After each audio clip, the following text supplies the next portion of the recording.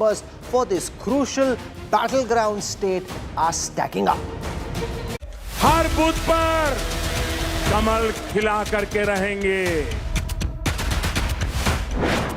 Prime Minister declares state of war Rajasthan. इन लोगों में अहंकार कूट-कूट कर भरा हुआ. Breaks up red diary to target Gehlot. आपने लाल डायरी के बारे में सुना है ना? सुना है ना?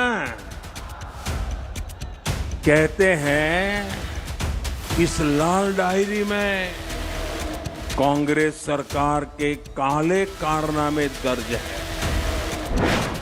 Can Prime Minister boost BJP's performance?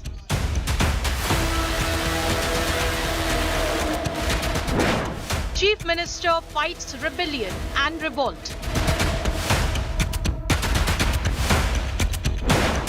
Is Gehlot's graph rising or sliding?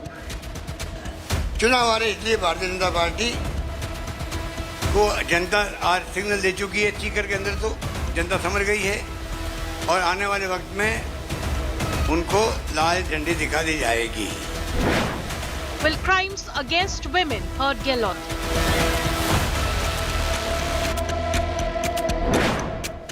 First opinion poll on Rajasthan. Political stock exchange. Let's get started with this week's edition of the Political Stock Exchange. We'll bring you the Rajasthan opinion poll numbers. I want to give you a sense first up of the methodology used by C-Voter in putting this opinion poll together. This is a face-to-face survey. 14,085 is the sample size. The survey was conducted between the 26th of June and the 25th of July. So that's a long window in which this poll was conducted. 25 Lok Sabha seats and 200 assembly constituencies have been polled in this survey. Let's get started. Question number one on the C-Voter opinion poll for Rajasthan. How satisfied are you with the state government in Rajasthan? 39% of the respondents say they are satisfied with the performance of the Ashok Gehlot government. 36% saying they are satisfied to some extent. 24% saying they're not satisfied at all. The next question is about the Chief Minister's performance and how satisfied people are with the Chief Minister's performance. To this, 41% say they are very satisfied with Ashok Gehlot's performance. That's 2% higher individual popularity in comparison to that of his government. 35% say they're satisfied to some extent. 21% say not satisfied at all with the performance of Ashok Gehlot. Contrast this with the performance of the Prime Minister and the perception around the performance of the Prime Minister. 55% saying they're very satisfied with Prime Minister Modi, 27% saying satisfied to some extent, 17% saying not satisfied at all. What do they think about the work of the central government? 45% saying very satisfied. Remember, that's 10% less than those who said they're satisfied with the central government, with the Prime Minister. 45% saying they like the central government in general. 32% saying satisfied to some extent. 21% saying not satisfied at all. With that, let me introduce you to our guest. I want to begin by introducing Rajdeep Sardesai, my colleague and India's foremost political commentator. With us also Rahul Srivastava, our National Affairs Editor. We've got with us in the studio Shehzad Poonawala from the Bharatiya Janata Party. With us for perspective from Rajasthan, we've got Aaj Tak's Bureau Chief Sharad Kumar. The India Today magazine Senior Deputy Editor Rohit Parihar joins us. And for a perspective from the Congress, we've got Rohan Gupta. Now, very interesting there, Rajdeep. Gehlot's popularity a little bit more than that of his government, but dwarfed in comparison with the popularity of the Prime Minister, whose individual popularity is 10% more than that of his government. You know, it's very interesting, Rahul. Before this show, I was just speaking to a BJP leader from Rajasthan and asking him what happens to Vasundhara Raje. Are you going to project her? He said, why do we need Vasundhara Raje? We have Prime Minister Modi. This election will be Prime Minister Modi versus Ashok Gehlot. And I think these numbers bear it out. I think in the Hindi heartland states, the BJP, barring Uttar Pradesh, is always tempted to use Prime Minister Modi as their calling card. He is the face, he is the mascot. And I think, therefore, this survey only proves what some BJP analysts or strategists are saying. We don't need to project someone before the election. We are the opposition party. We can take on Mr. Gehlot using anti-incumbency on that issue, by I projecting just want Prime to tell Minister our Modi. viewers that I had a 3-hour conference call with our local agencies and stringers in Rajasthan, across the 33 districts of Rajasthan. And they were saying, Rajdeep, that Vasundhara is indeed a force, that you cannot dismiss her, that if she's not projected, there will be consequences for the BJP. So while, of course, the Prime Minister's popularity overrides all else, the Vasundhara factor cannot be discounted either. Absolutely. I'm not discounting the Vasundhara factor. I think she is definitely a plus factor for the BJP. I'm only going by what your poll is saying. Your poll is clearly showing Mr. Modi's popularity is well above that of his party. So the BJP actually needs Mr. Modi to really drive home the advantage. This is not a double-engine election for them because they're not in power in Rajasthan, unlike in Madhya Pradesh, where they will have to face the anti-incumbency of a Shivraj Singh Chauhan. That's the difference. No doubt Vasundhara is the most popular leader even today within the BJP, but whether the BJP will go into an election with her as the face or simply her as one of the faces of the party is the big question. And I think this poll will suggest that the BJP is putting most of its eggs in Mr. Modi's basket for now. We asked the question, how satisfied are you with the performance of Vasundhara Raje Scindia? Opinion seems very divided. 26% saying they were very satisfied, 27% saying they were satisfied to some extent, 39% saying not satisfied at all. Now that is the million-dollar question, Shehzad Poonawalla. In Rajasthan, do you project your former chief minister? Do you go without projecting her? Is that a risk? Can she do what B.S. Yedurappa did in Karnataka, mar the party's chances to some extent? Or can pinch hitter Modi hit it out of the park without needing another batsman? First of all, I want to say that apart from Yashwant Deshmukh's survey, I think the fact that Rahul and Rajdeep are so keen to know our chief ministerial candidate shows that you have confirmed that our government is coming 100%. Therefore, I thank you for that conclusion. Secondly, Rahul and Rajdeep, you have covered Bengal elections. We did not have government there or chief minister there. Did we project a face there? Delhi elections, we have not had a government there. Did we project a face there? Wherever we have not got a sitting chief minister, whenever we fight those elections, the trend is that we go for the election, our elected MLAs and the parliamentary parliamentary board decide when we win the elections. So I think that program or that format will be continued. But today the main contender... With one exception, Mr. Poonawalla, Vasundhara Raje has been chief minister twice in Rajasthan. So she's not some unknown quantity. And when I look at in the survey, according to you, should the BJP project a CM face in Rajasthan? BJP supporters 61% are saying yes. I'm coming to that in just a moment. Okay. Rajdeep, but just let me complete. Rajdeep, I said, do we have a current government in Rajasthan? Do we have a sitting chief minister? Let me tell you today, Rajdeep, everyone is talking about this. This is the red diary. That's the Lal diary that's missing. This is the red diary. Is that the answer to the mystery? Well, the real red diary and its pages are with Mr. Gehlot. So you made up your own diary. That's what Gehlot is saying. Black deeds of Mr. Gehlot are all there, and people of Rajasthan are today asking that how many paper leaks have taken place and why are the main accused of the paper leaks with Rahul Gandhi, Kopal Kesawat? Why is it that Salman Khurshid is defending the mastermind of the paper leak cases, which is Mr. Suresh Dhaka?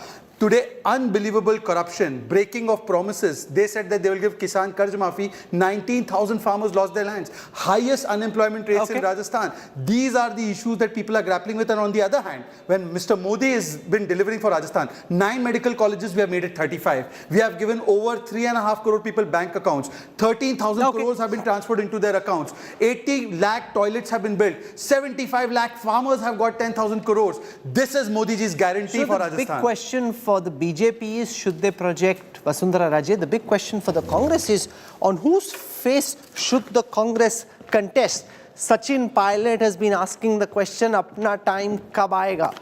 Let's take a look at the responses to this question. 41% of the respondents in this C-voter poll say the Congress should contest with Ashok Gehlot as its face. 30% say Sachin Pilot should be the face. And if I look at the same question and break it down under Congress and BJP supporters, you will then get a sense of how amongst the Congress supporters, more people want Ashok Gehlot to be the chief ministerial face. 55% of Congress supporters saying they want Ashok Gehlot. Only 28% of Congress supporters want Sachin Pilot. So amongst Congress supporters, Rahul Srivastav, Sachin's popularity is less than his overall popularity. And that is his biggest dharam sankat. See, Rahul, over the last 5 years, Gehlot has been able to do one thing. He has managed to push Sachin Pilot to a point that Sachin has virtually nothing left. And the people in India, the voters, sense these things, that how influential a person is. They will put their bets on a horse which they think can emerge ahead of the other one. So Ashok Gehlot has, anyway, the basic dialogue going around in Rajasthan is what Ashok Gehlot has done to Sachin Pilot is what Ajit said in a movie. इसको liquid oxygen में डाल दो, liquid जीने नहीं देगा, oxygen मरने नहीं देगा. That's the kind of thing that Congress leaders themselves are talking about in Rajasthan today. Now, in that scenario, since Sachin, though Sachin does command a certain area, especially the Dhundad area, where there is a sizable support for Sachin, beyond that area, in the 4 other regions, Sachin has a problem. Whereas in one of the bigger regions, like where Gehlot and Sachin and other, that is the Marwar region, where there are 61 seats. That's where lies Gehlot's strength. So Gehlot controls a wider territory. And that's the big problem, Rohan Gupta. From the Congress's perspective, you'd like to look beyond Ashok Gehlot. So many promises have been made by the Congress High Command to Sachin Pilot. But even at this moment, Ashok Gehlot is, according to the C-voter data, the bigger leader in Rajasthan, and more Congress voters would like you to fight the next election with Gehlot as your face. Rahul, even before 5 years, the same question was asked to Congress party to declare the CM candidate. We never did that, and after that, now we are after 4.5 years. Your survey is showing that popularity of Gehlot is high. See, at the end of the day, Rahul, for us, for Congress party, it is what we promised to the people and what we delivered. This is the first government in the country which can release the compliance report to its manifesto. We have finished 83% of our promises. I dare BJP spokesperson to challenge that. This is a booklet which has been released. So my point here is, just 2 days back, we have released subsidy to ensure that gas cylinder is available to people of Rajasthan at 500 rupees per cylinder. So we talk about policies, we talk about performance. Let people decide whom they want to vote. They have voted Congress party in power 4.5 years back. We have delivered the promises, and it's upon people to decide. But at the same time, Rahul, I want to make one point very, very clear. Even before Karnataka elections, we were discussing the same point, where the state leadership of BJP Karnataka was finished by central leadership because of their arrogance. Yedurappa was pushed to a particular border and he was never allowed to go beyond that. But Karnataka is not a Hindi heartland state. The popularity of the Prime Minister, his ability to connect with audiences, speak the language the citizens and voters understand, is much higher in a state like Rajasthan than it is in Karnataka, where in many parts people don't understand Hindi. Rahul, let me be very clear. Even when Karnataka election started, it was told that it will be in face of Mr. Modi, the election will be fought and won. What happened? I will deny with this report that, okay, he is more popular in Rajasthan compared to Karnataka. Karnataka, he was the face under which BJP fought the election and lost badly. You need to understand that the politics of country is changing now. Okay. People understand that state elections are for electing the CM and not PM. They know that whatever. Now the Congress is attempting some kind of a rapprochement between Gehlot and Pilot. What do voters think of this? Can this pact between Ashok Gehlot and Sachin Pilot prove to be a masterstroke? Was the C-voter question. Let me give you the responses to this. Now, when the question was asked, can there be a pact, and also if there is a successful pact, can it be a masterstroke? Now, critical to this question is whether the pact actually holds. 45% say yes. If it holds, it will prove to be a masterstroke. 35% saying no, it will not be a masterstroke. But whether the pact holds, and that's where I want to go across to Sharad Kumara, Bureau Chief in Rajasthan. दिखाने के लिए तो जो दोनों की लड़ाई है उसको ख़त्म कर दिया गया है। सर कांग्रेस हाईकमांड ने बोला है कि आप लोग मिल के काम कीजिए।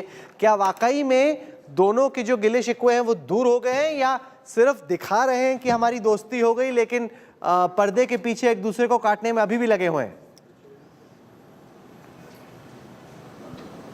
राहुल, मैं तो सोच रहा हूँ कि वो कौन से 35% है जो सोच रहे हैं कि दोनों के बीच वाकई में दोस्ती हो गई है।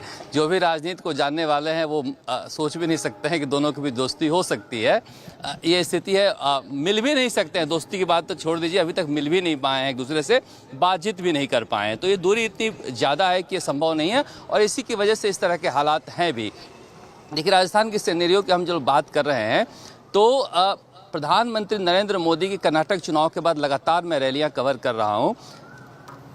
भीलवाड़ा, सिरोही, अजमेर, दौसा, ये 4 रैलियों में लोग बिल्कुल रिस्पॉन्स नहीं कर रहे थे। उसके बाद बीजेपी की रणनीति बदली है और बीकानेर रैली से जो उठाव शुरू हुआ है, सीकर के रैली के कल का इतना ओवरवेलमिंग रिस्पांस था कि उस रैली के रिस्पांस को देखने के बाद मुझे लग रहा था कि किसी फेस की शायद जरूरत नहीं पड़े राजस्थान में, क्योंकि मोदी अपने पूरे रंग में थे। अब पहले अपने योजनाओं को गिना रहे थे और योजनाएं जब गिना रहे थे तो पब्लिक ऊँग रही थी और यही हाल मुख्यमंत्री अशोक गहलोत की सभाओं में होता है। अपनी योजनाओं को गिनाते हैं वो ऊँगती है, पता नहीं योजनाएं लोग तक पहुँचती है नहीं पहुँचती हैं, इस पर बात। मैं ये कह रहा था कि हम लोग सेम ब्यूरो कॉन्फ्रेंस में थे और वहां पे तमाम स्ट्रिंगर से बात करके जो तस्वीर उभरी शरत, वो ये कि काफी सॉलिड एंटी इनकम्बेंसी राजस्थान में इस वक्त दिख रही है। जी बिल्कुल दिखाई दे रही है। इसलिए दिखाई दे रही है कि देखिए, मुख्यमंत्री अशोक गहलोत को शायद आपको याद होगा कि जब पहले कार्यकाल में हम चुनाव में जा रहे थे उनके, तो इंडिया टुडे ने उनको इस देश का बेस्ट सीएम करार दिया था और तब अपने इतिहास की दूसरी सबसे बुरी हार हारे थे, क्योंकि अशोक गहलोत के खिलाफ कभी मैंने गुस्सा देखा ही नहीं। दूसरी बार इतिहास के सबसे बुरी हार हारे 21 पर, तब भी जब भी मिलते थे तो एक साल तो कहीं कहते थे कि हम क्यों हार गए। कभी भी मुख्यमंत्री अशोक गहलोत के काम को लेकर और उनके फेस को लेकर नाराजगी नहीं रही है, मगर कांग्रेस में जिस तरह से काम उनके कार्यकाल में होता है, इतनी ज़्यादा एंटी इनकम्बेंसी होती है। अब बिजली को लेकर चारों तरफ हंगामा मचा हुआ है कि बिजली बिल में छूट दी जा रही है, कितना ज़्यादा सरचार्ज लग रहा है और बिजली आ भी नहीं रही है। दूसरा, पूरे देश में हल्ला हो गया कि right to health bill pass हुए कितने दिन हो गए, उसके नियम कानून नहीं बने आज तक। तो ये सारे जो मसले हैं कि एक हवा बना लेना काम का और फिर वो काम पहुंचना नहीं, इसलिए एंटी इनकम्बेंसी तो है। देखिए, वहां पर अगर जाते हैं तो पर्सनली नाराजगी मुख्यमंत्री अशोक गहलोत से नहीं हो सकती और कभी नहीं रही है। उनके तीसरे कार्यकाल में मैं देख रहा हूं कि उनसे कभी नाराजगी नहीं रहती है, मगर उनके नेतृत्व में जो सरकार होती है 2 बार सबसे बुरी हार हारी है और इस बार कहा जा रहा है कि मुकाबला देने के लिए तैयार हैं। मगर जो बात होती है, फीडबैक मिलता है जमीन पर, उसके अनुसार बीजेपी की स्थिति बेहतर है, चेहरा हो चाहे नहीं हो। मुझे लग रहा है कि बीजेपी के पास फीडबैक होगा। हालांकि देखिए, चुनाव में हम कहने वाले कौन होते हैं किसकी बेहतर स्थिति है, मगर जो फीडबैक हमें मिल रहा है उसके अनुसार मुख्यमंत्री अशोक गहलोत के लोग जो बताते हैं कि उनको भी लग रहा है कि मामला टफ है राजस्थान में। जी okay, what's the view on the performance of the Gehlot government on law and order? 42% of the respondents say he's done a good job. 50% of the respondents in this C-voter poll say the Gehlot government has not delivered on law and order. 63% of the Congress voters think he's been good. 29% think he's been bad. But amongst BJP voters, those who think the performance has been bad is naturally much higher. Will these populist schemes work? Because that's the Gehlot government's big hope. Load the voters with freebies and maybe that will work. 46% of the overall respondents say yes, 45% say no. Rajdeep, on the question of law and order, it seems that more people think his government has fared badly, and on the issue of populist schemes working, opinion seems to be quite divided. Gehlot has a track record of leading his party to a disastrous defeat at the end of 5 years in power. Yes, Rahul. The fact is, Ashok Gehlot's last 5 years, if we look at his 5 years, you've got to divide it into 2 halves. The first 3 years were a complete disaster, 2.5 years. Why? Wiped out in the Lok Sabha elections, including his son getting defeated. The Sachin pilot revolt takes place in 2020, 2021. Most of the country was battling COVID, 2020 and 21. Ashok Gehlot was hemmed in both within and outside for much of the first 3 years.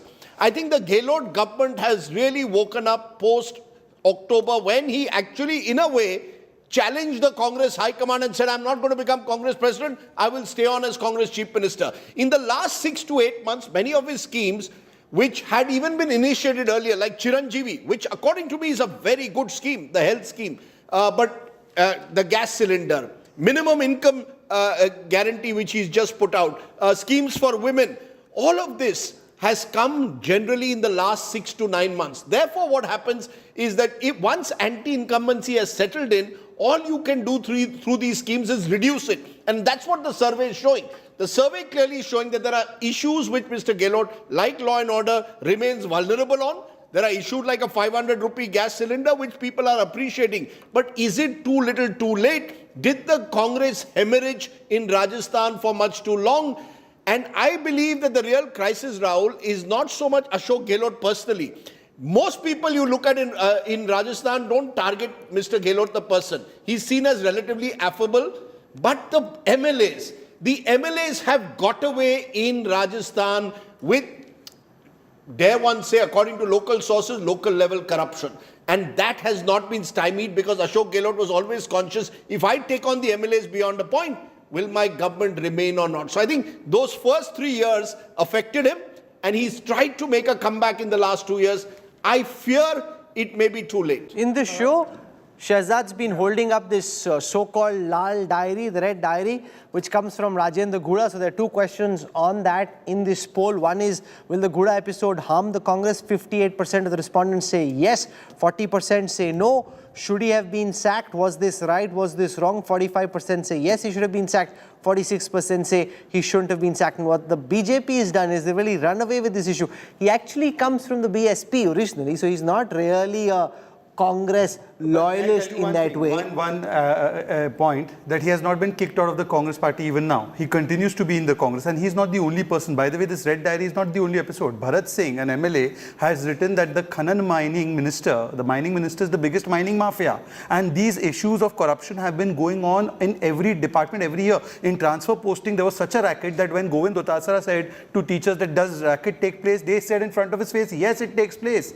And even the other scams that have taken place, the paper leak scam is the biggest scam, and Rajdeep needs to be counted on 2 points. See, Rajdeep, you said that Mr. Gehlot is managing his popularity. You know, right now, in managing the sense that popularity? After 2.5 years, or these schemes are trying to make him look a little better than the first 3 years. Let me tell you, if Mr. Gehlot is so popular, then why is the Congress not declaring a sitting CM as their face for the campaign? You know, it is not just BJP versus Congress. It is BJP versus Congress versus Gehlot. Gehlot is on his pink poster coming out of the PR boxes, and that PR box is putting only him on the poster with a pink color. There is no Congress hand, no Congress Neta, no Sonia Gandhi and Rahul Gandhi on it. So Mr. Gehlot is actually fighting even the Congress party. Rajendra Gouda, this episode, do you think Rohit Parihar will hurt the Congress? There are two things. You have the recency factor. This poll has happened at a time when this episode is just broken, so naturally it looks like a big issue. But in the longer run, given your understanding of the history of Rajasthan politics, do you think Gehlot once again set to repeat history? Given the recent history of Rajasthan, you know, the way they keep changing the government, incumbent government, so it is a very, very uphill task for Ashok Gehlot. But I must say that, you know, compared to the last time when he finished with 21 out of 200, the situation is far better. If the elections are held today, you know, I would give him around 60 to 70 seats easily to Congress, which is a very good performance, you know, before 4 months before that, you know. And he can, from here, he can, you know, take it a little better also. That means he is in the position. I mean, it could get better, but it could get worse as well. Both things can happen. Yeah, I was about to say that, you know, the way Gouda thing, you know, Prime Minister has picked it up, but you know that people have a short memory. Unless center backs it up with, you know, some conclusive investigation, people are going to forget this thing, because Gouda himself hardly has any credibility. You know, sometime he was, you know, he used to be loyalist to Gehlot, then, you know, BSP before that, then became a pilot supporter. So everybody knows about his vested interest also, you know. So, and everybody is asking that what were income tax officials doing at that point of time? If actually Gouda went there and, you know, snatched diary from income tax officer or stole that what were the officers do? Did they lodge a complaint? Sure. This is the question is asked to Virendra Singh also. BJP's big hopes is that Prime Minister Modi going to Rajasthan will help them. So Yashwant Deshmukh and his team asked this question in this poll: will the Prime Minister's visits help the BJP in Rajasthan? 61% of the respondents say yes, 30% say no. Then we come to that vexed question: should the BJP project a chief ministerial candidate? 56% of the overall respondents say yes, the BJP should project a chief ministerial candidate. 30% say no. 62% of BJP supporters say the BJP should project a chief ministerial candidate. Only 28% of BJP supporters say no. Yashwant Deshmukh, this question and the response that has emerged seems to suggest BJP voters would like a chief ministerial candidate. But when I look at the other question about the performance of Vasundhara Raje, 39% say they're not satisfied at all. In this scenario, is your poll looked at purely statistically, seeming to suggest that there should be a chief ministerial candidate outside Mrs. Raje? Well, I think, Rahul, that all the elections now in India, people do expect to see the face that they feel is going to form the government. They are going to vote for who is going to head the government. So for all, theoretically speaking, we are following the Westminster model. For practically speaking, the Indian electorate is pretty much in the presidential form of mindset as far as the voting intent is concerned. So if they are asking majority of them that they need clarity on who is going to be the chief minister, it is a justified, way of saying the things. But as far as the BJP is concerned, it's a kind of a dilemma because I think Vasundhara Raje still remains the most popular BJP face within the BJP, but somehow... Okay, so let me show that question to the viewers. I haven't shown that data set yet, so let me just do that for a moment. Who is the most popular face of the Bharatiya Janata Party? When Yashwant and his team asked this question, here is what the responses look like. 36% of the respondents say Vasundhara Raje should be the chief ministerial face. Gajendra Shekhawat comes in at a distant 9, 1/4 the popularity of the former chief minister. None of these is 33%. Arjun Megwal is 7%. And I want to look at what the responses are amongst BJP supporters. So there isn't much of a difference. If you look at BJP supporters, 37% of the BJP supporters want Vasundhara Raje. The rest of them have very, very marginal numbers. So that's the way the data looks like. Rajdeep, how would you be decoding this? So they don't think she's done a good job. 39% say she hasn't been effective, yet they think that she's the number one choice. You see, the fact is this is an election taking place with Ashok Gehlot as the chief minister. Vasundhara Raje was the chief minister 5 years ago. So when you ask this question, people are not going to judge Vasundhara Raje in the manner in which they would have judged her 5 years ago. You will remember 5 years ago what was the slogan in Rajasthan. Modi tujhse bair nahi, Vasundhara teri khair nahi. There was anger against Vasundhara Raje's government. Just as at the moment there seems to be anger against Ashok Gehlot's MLAs. Vasundhara Raje, the individual, remains, I believe, very popular, particularly in comparison with other BJP leaders. You see, many of this is also done. You also look for who else is there. One of the difficulties that the BJP has had in Rajasthan, and to some extent the Congress, is that they don't have the next generation ready. At least the Congress could claim that Sachin Pilot possibly in the next decade is the next generation leader. Who is the BJP's next generation leader? For 20 years, Vasundhara Raje has towered over all else with all others within the BJP. So naturally, as the poll shows, she's the most popular. But her government, particularly in 2018, was not seen as a popular government, and Vasundhara suffered as a result personally. So for all her high popularity, she was not able to offset anti-incumbency. Let's be clear, Rahul. Since 1993, barring Bhairav Singh Shekhawat that year, where he won when he was re-elected, that too with independent supports in the aftermath of the Babri Masjid demolition, no government has been re-elected in Rajasthan. So Ashok Gehlot is fighting history in a way when he's going to the polls this time. But Rajdeep, I want to ask about two elections, 2013 and 2018. Can you tell me the vote difference between BJP and Congress in 2018? Where you say there was a great anti-incumbency against Vasundhara. We were only 0.5% behind them. 1 second. And in the election in 2013, where Ashok Gehlot got routed with 21 seats and we won 163 seats, well, that is now you're saying that Ashok Gehlot only faces little bit anti-incumbency. It's against his MLAs. So this kind of double standard should not be there. Secondly, I wanted to make a point here. See, I think what Rajdeep is saying, what is happening that the BJP wanted to remove Vasundhara Raje. It's not just what Vasundhara teri khair nahi, there is a personality issue also.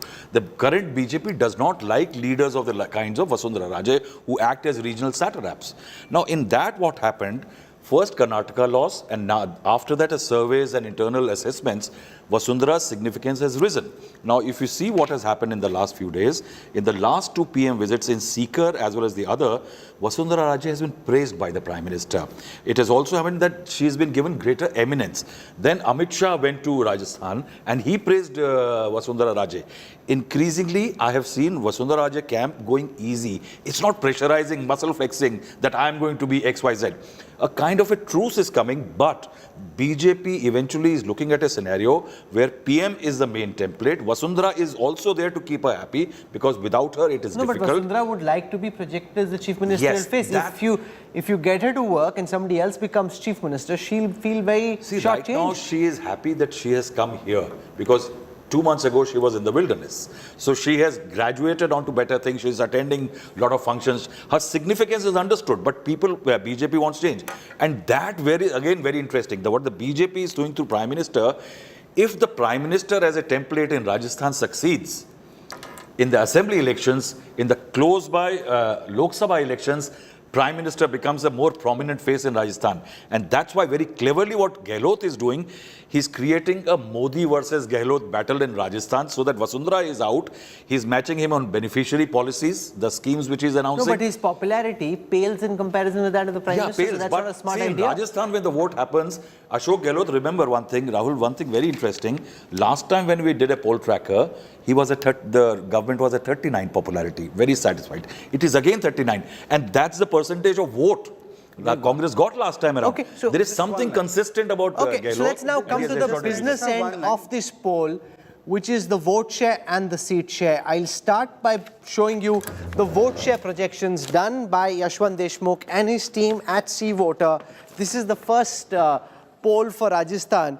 The C Voter projection for Rajasthan is that the Congress's vote share in comparison with the 2018 assembly elections will be 2% more than last time. So 41% vote share projected for the Congress, which given the fact that you've got a government in power, your vote share going up 2% is not insignificant. It's a pretty solid performance. The BJP, though, getting a 7% bump in their vote share from the last time when it was 39, this time at 46. In a larger sense, signaling once again the growing bipolarity of our electoral process in the assembly context. So, Congress's vote share up 2%, BJP's vote share up 7%. That gives the BJP a 5% gap. Now, no matter how Yashwant and his team convert the seats in a bipolar contest, a 5% gap between the winner and the runner-up, Rajdeep would suggest one-way traffic. Just one line before Rajdeep. You never let Rajdeep speak. No, please. Rajdeep's in a magnanimous mood. Rajdeep will allow me. One second, please. No, my worry is if I don't let him speak, he will go on Twitter and say I was not allowed to speak. So please go ahead. You can't be scared of Shehzad, Rajdeep. I'm terrified. Wasting time and not allowing me to speak.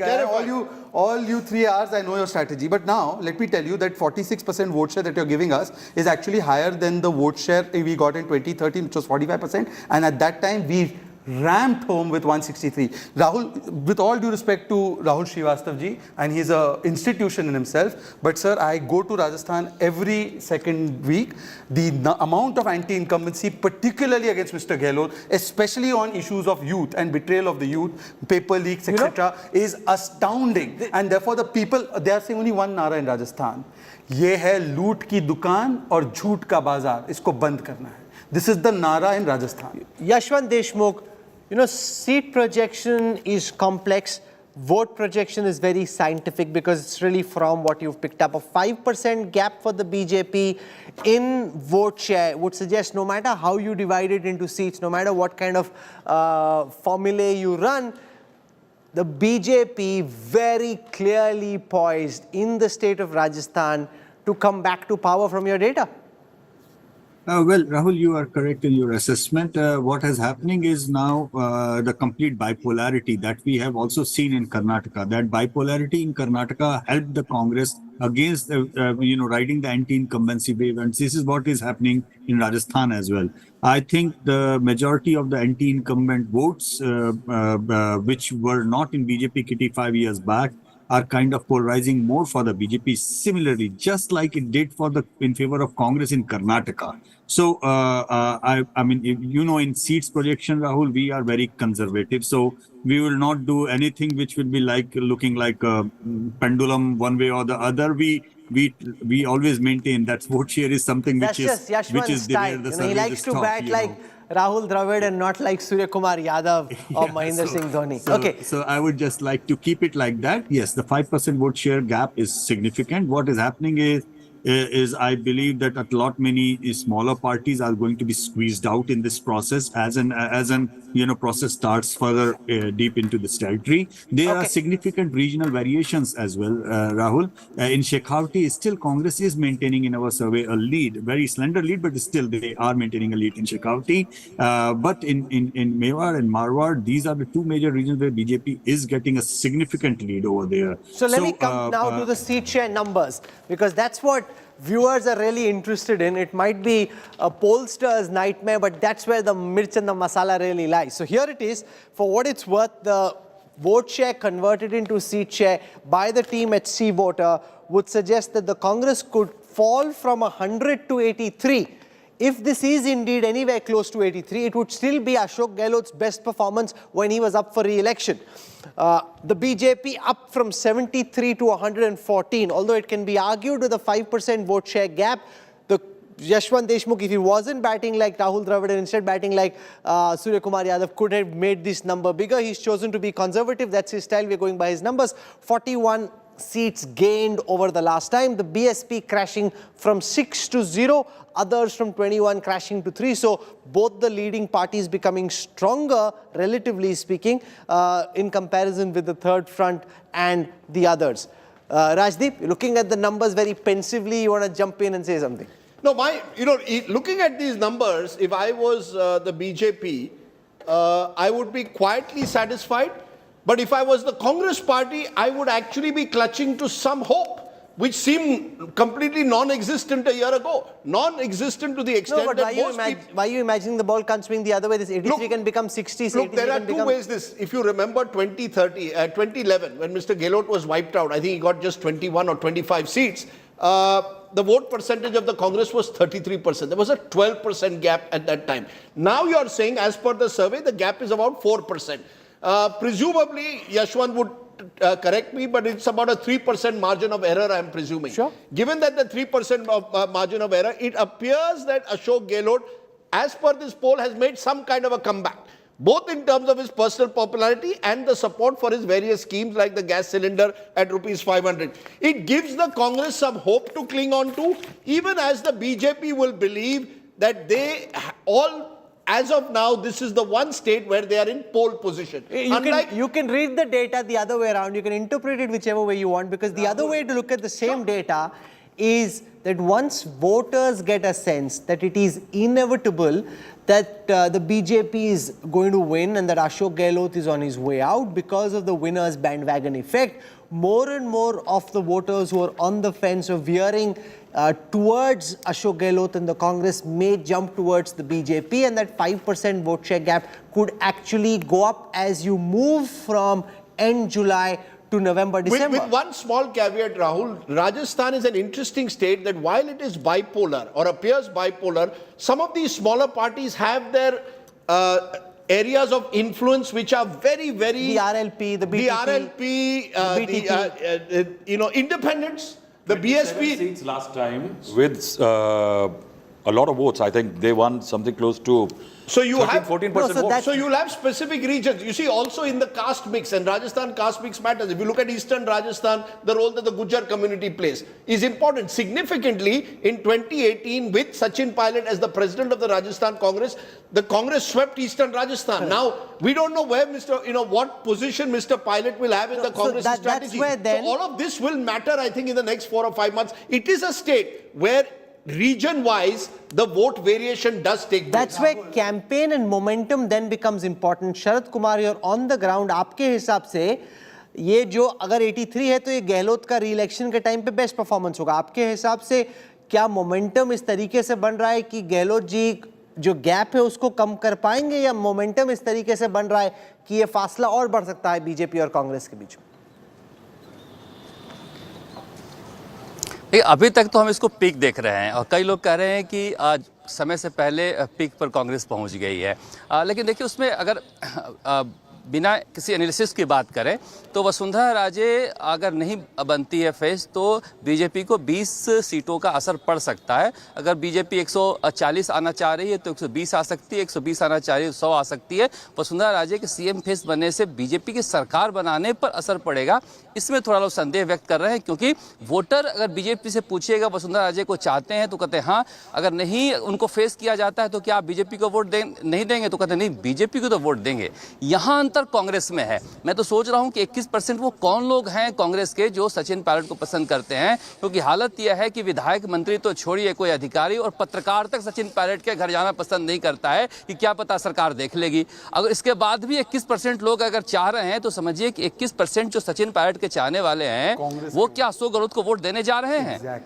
Congress को विचारधारा से बंधी हुई party नहीं है, वो नहीं देंगे। आप मुझे जहां तक मैं कांग्रेस को जानता हूं तो ये समझना चाहिए जो राजदीप कह रहे थे कि ईस्टर्न बेल्ट में 40 सीटों का नुकसान हो सकता है, और जो शेखावटी का इलाका हो या नागौर का इलाका हो, तो सचिन पायलट एक फैक्टर है। अगर 21% जैसा कि अगर बता रहे हैं ये सर्वे में कि 21% लोग चाह रहे हैं उनको सीएम फेस, वो क्यों चाह रहे हैं? क्योंकि वो हाशिए पर पड़े हैं और कांग्रेस में जो पावर में नहीं रहता उसको कोई पूछता नहीं है, तो वो वोटर बहुत क्रूशियल है। इसलिए कह रहे हैं कि अशोक गहलोत अगर सचिन पायलट के कंबाइंड फोर्स में नहीं आते हैं तो फिर ये जीतती हुई पार्टी नहीं दिखाई दे रही है। भले ही काम के आधार पर अशोक गहलोत बहुत ज़्यादा अपने आप को प्रोजेक्ट कर रहे हो, क्योंकि जो बात कर रहे थे यशवंत देशमुख, मेवाड़ और मारवाड़ अभी भी कांग्रेस के सबसे कमज़ोर स्थिति है। हम जो स्टिंगर से बात कर रहे थे, आप भी कर रहे होंगे, आप भी कर रहे थे, तो मेवाड़ और जो मारवाड़ का हमने रिजल्ट देखा उसमें बीजेपी बहुत अच्छा कर रही है और मारवाड़ जो अशोक गहलोत का इलाका है। तो निश्चित रूप से अशोक गहलोत सबको अच्छे लगते हैं। अगर राजस्थान में जनता से पूछिएगा, अब वो उनको अच्छा नहीं लग रहा होगा बीजेपी के प्रवक्ता को, लेकिन वोट कोई देने नहीं निकलता है। मैं पिछले तीसरे कार्यकाल से देख रहा हूँ। रोहित परेर, your sense of the momentum, your sense of the momentum, is the momentum, as Rajdeep is suggesting, building in a way that Gehlot is being able to close the gap and build his position, or is the momentum building in a way that it will become one-way traffic in favor of the BJP? The momentum is being built up. Another factor is, it's not the smaller party. It's more of the independents and rebels who, normally are 20 to 30 MLAs are always from independent or rebels in the last 2, 3, 4 elections. So that is a very crucial factor which cannot be assessed as of now. These things take place only after the candidates are announced. And when you say about momentum, yes, I personally feel if Vasundhara Raje is given more prominence, then definitely BJP is getting into some kind of momentum. These days, when we talk to BJP leaders also, they also say that tempo is not being built up as of now. PM is definitely very popular. Nobody can say, but people also know that PM is PM. He can't be the CM here. And if BJP doesn't project or, bring somebody in, for the same problem happened with Congress, that is why, because they didn't declare Gehlot or Pilot at that moment of time. And so there was always a lot of problem there. Rohan Gupta, from the Congress's perspective, the big concern, as it looks like a ship adrift, it could sail further away from the shore of victory. I think, Rahul, the way we are progressing towards election, you will see that the way this government is performing, we are delivering our results and people are responding. 2 days back, we delivered 155 crores subsidy for gas cylinders. Every day the schemes are coming up. My point, I want to give two perspectives. The way BJP spoiled Karnataka, I was there in Karnataka for more than 1.5 months. They don't like the strong leaders. The politics of the country is changing. People want the local leaders. If you see overall BJP So you across want them India, to project Vasundhara? You want them to project Vasundhara ji? Is that what you're saying? I'm saying they are weakest in. See, the polls are saying that they have to project Vasundhara. Obviously, they will not be able to. I dare BJP spokesperson, can he tell that they will project Vasundhara? No, because infighting in Rajasthan is too He'll turn such a around strong and ask you, can you say you'll project Gehlot? Rahul, to take Rohan Gupta's point, he mentioned Karnataka. In Karnataka, DK Shivkumar and Siddharamaiah work together. Yeah, and we haven't seen how they are working together right now. We haven't seen that. No, 1 minute. We haven't seen that in Rajasthan. You see, absolutely right. that if Sachin Pilot and Ashok Gehlot are seen even as on the eve of election to be taking on each other on, it's not going to work for the Congress. You need all hands on deck. Plus, just to correct you, Rahul, I didn't say Congress has the momentum. I still believe BJP is in pole position. The Congress is in a better position today than it was a year ago. That's all I'm saying. First of all, we are seeing how DK and BK Hariprasad and Siddaramaiah are working together along with the 30. Please don't interrupt. With the 30. I'm talking about pre-election. Pre-election, post-election, and we are seeing how development work has been stopped by DK Shivkumar. Another thing is that today, one thing is very clear, that the election in Rajasthan is primarily because Ashok Gehlot has not delivered to the youth. The law and order situation has affected the Dalits and women the most. And one cylinder is not going to change that for the women of Rajasthan. The statements that have come from Rajasthan leaders, including Shanti Dhariwal and Ashok Gehlot himself, have made a house in the heart of women of Rajasthan. And secondly, my dear friend Rajdeep, I am writing this on 28th of July.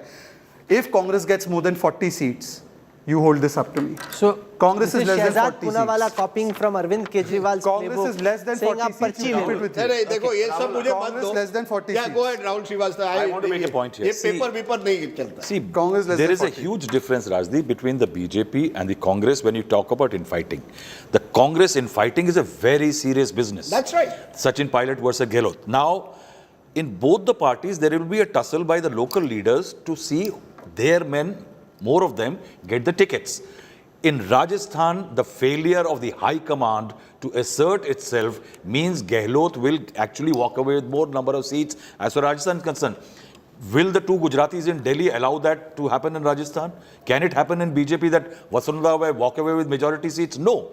That's where lies the difference. Both the people we are talking about will be fighting for number of seats they get. They can give to their men. No, I agree. But in BJP, you cannot do what you can do in Congress, Rajdeep. No, I agree. And that's it's not why the just BJP that. has It's an not just advantage. that. When I mentioned that there were two phases to Gehlot's leadership, if you remember, Rahul, post 2020, there was dramatic changes. The entire organization of the Congress was put into some kind of comatose. All the district chiefs were removed, dissolved. Various committees were dissolved. They've only come now in July to appointing new committee members. The BJP does not have a strong leader to replace Vasundhara Raje, in my view, at the moment, but the BJP has a strong organization. The Congress has a relatively popular leader in Mr. Gehlot and a young leader in Sachin Pilot. They do not have the organization at the moment, and they suffer from the history of a state with anti-incumbency every 5 years. Yashwant Deshmukh, in your reading of the data, what could change from here? What are the X factors you're looking at in Rajasthan? Well, Rahul, I don't see that things change big time when things are going bad for one section and going good for the other one. You know, very dramatically things changing from here, it doesn't really happen in that way, in my experience. However, the Prime Minister's campaign is critical. That remains to be seen. And yes, BJP tried its level best in 4.5 years to give an alternative face of Vasundhara Raje, but it seems it couldn't read successfully in that campaign, whichever it was. And now we see that central leadership coming around. Okay, so I think the sum and substance of what is being said is this, that the wisdom of the crowds, and there is some wisdom in the wisdom of the crowds because it gives you a directional sense of what's happening. If the BJP were to project Vasundhara Raje Scindia as its chief ministerial face, the party is likely to fare better because then there would be the double engine effect in play. Captain Modi, Vice Captain Scindia, and they both together could push the BJP towards a massive victory. The risk the BJP can take is they can play only on the Prime Minister's face, still cross the halfway mark, but not end up with that massive victory as they would if they had Vasundhara Raje. The Central High Command not very pleased with the former Rajasthan Chief Minister. They would like someone new to take over. They've tried to project Gajendra Shekhawat in the past. That didn't work out well with Vasundhara Raje. She pushed back. So you can't disregard a factor as influential as Vasundhara Raje Scindia. So that's the question. Do you think that any Congress worker who's loyal to Sachin Pilot is going to work when Mr. Pilot has not been declared even as a CM face for this time? You No, really so- think that is happening? both those are Those problems. people are going to vote for BJP. Rahul, You it's take being my said word, that 40 nahi milne wala hai Sachin Congress pilot ko. men who rebelled may not even get tickets. Now, if Gehlot manages to put his men there, is Sachin going to accept it? It's not going to happen. And See, so Congress has some very serious trouble. Mr. Gehlot, even if he's losing because of various factors, including the history of anti-incumbency, he may not want to be in a situation where he completely collapses like 2011 because that's the end of his political career.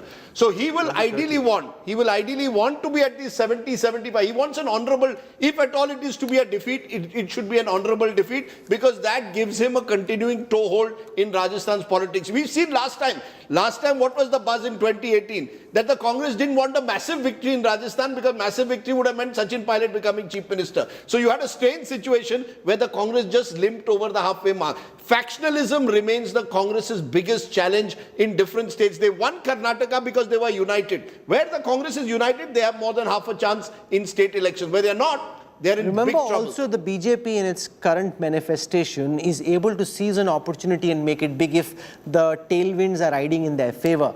So Messrs. Modi, Shah and Nadda will go out of their way to ensure that they can go as far up beyond the 114 mark where they stand right now.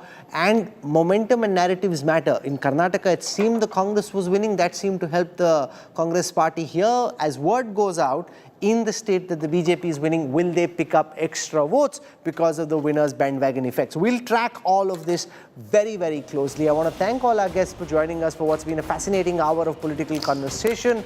We'll slip into a break. We'll be back with the political stock exchange. I hope you have a great weekend. See you soon.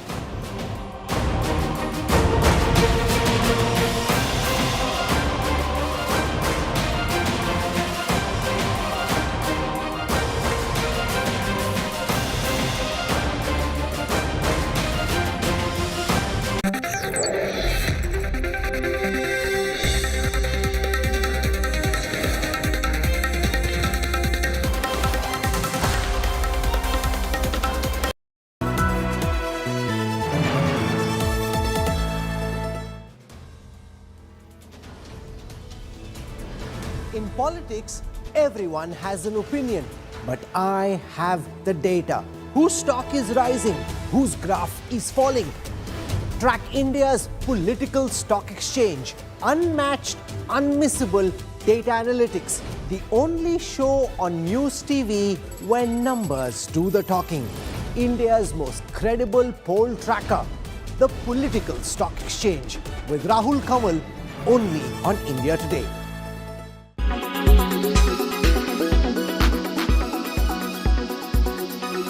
Tata Motors DVR shares really gained 18% intraday today as a reaction to the news.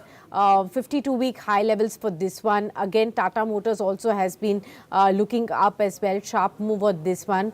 I wanted to understand what will the conversion of DVR shares to Tata Motors shares really mean, and what should investors really do now in terms of the shareholders of Tata Motors and the shareholders of Tata Motors DVR? For both of them, what would you advise? What I believe is that the arbitrage opportunity which was available yesterday is not present as of now. So if I remember yesterday based on the yesterday closing price, the arbitrage opportunity was for 23%. But we have to keep in mind that this transaction will take 12 to 15 months to consume it. At the same time, since this shares will be issued in the form of deemed dividend, there is an angle of tax also to attach to this transaction. So hence, despite of 23% clear theoretical arbitrage that was available yesterday evening post the closing of market, the stock has reacted only to the tune of 14%. And this is taking into account the implication of tax. At the same time, the opportunity cost for 12 to 15 months during which this transaction will be consummated. Now, going forward, what I believe is that both the stock prices of Tata Motors DVR as well as Tata Motor will move in tandem with the existing swap ratio. So the swap ratio is 10 share of Tata Motors DVR will get a 7 shares of Tata Motors, which is an ordinary share. So that's the swap ratio, and I believe that going forward the stock will continue to move in the same swap ratio, and it will move in tandem. So there is no arbitrage opportunity much more left in the Tata Motors DVR and Tata Motors.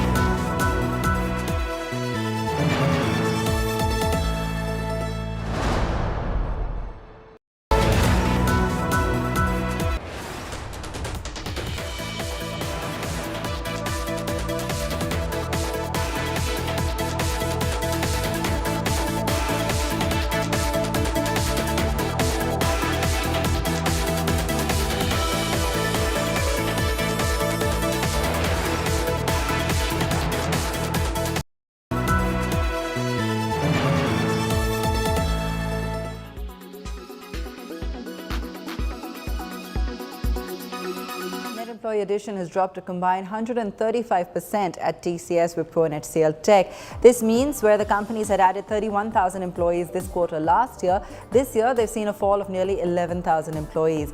This is in line with the muted financial numbers shared by these companies. Akanksha Chaturvedi gets us a deep dive into this trend. A closer look. Akanksha? That is right, Abha. Hiring across major Indian IT companies has dampened in Q1 FY24 as compared to the year-ago quarter. If we take a close look at the numbers, we see that TCS only added around 500 people to the company in Q1 FY24, while this number was over 28 times bigger last year. TCS added over 14,000 employees in Q1 FY23. At Wipro, this trend seems to have worsened. In Q1 FY24, Wipro's headcount actually reduced by around 8,000 employees, while in Q1 FY23, they had added over 15,000 people to the organization. HCL Tech was also in line with this trend. The company's headcount went down by over 2,500 people in Q1 FY24, whereas they had added around 2,100 people in the year-ago quarter. This slowdown is in line with the broader slowdown in the industry, which is caused by the cutbacks in IT and discretionary spending across the world.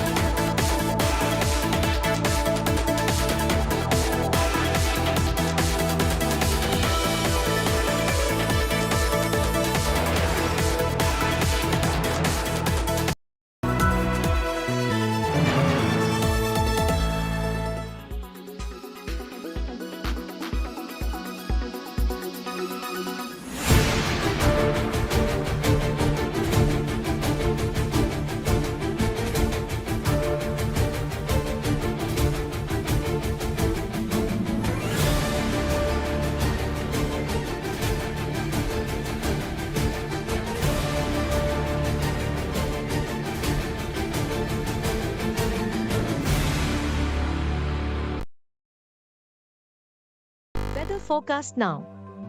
Delhi, maximum 33 and minimum 27 degrees. Mumbai, maximum 27 and minimum 25 degrees.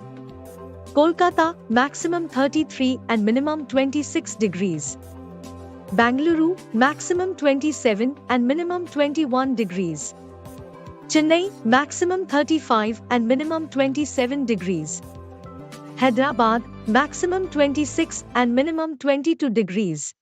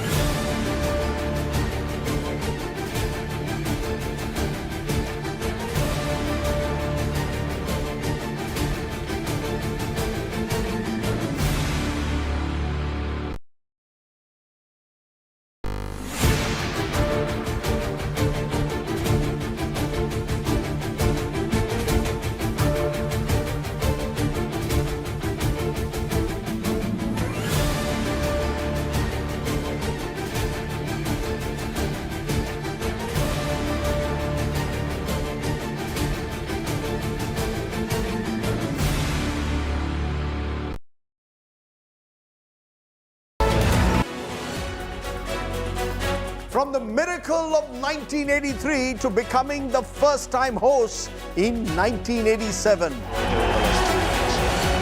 aside by Julie Blair, made his own the More versus Miadad of 1992 to the Prasad versus Amir Sohail of 1996.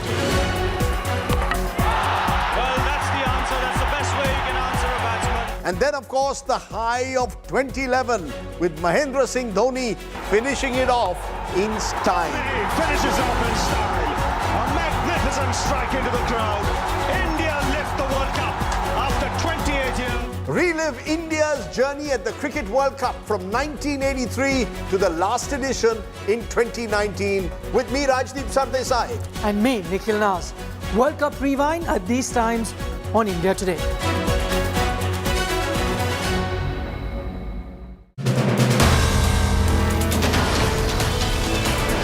In politics, everyone has an opinion, but I have the data. Whose stock is rising? Whose graph is falling?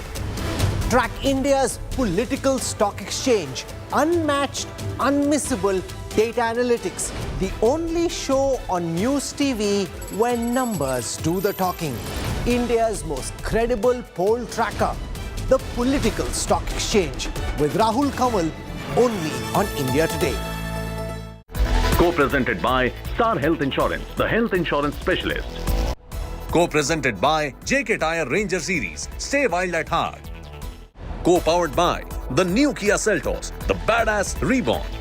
Co-powered by Sera, this is your space, play it your way.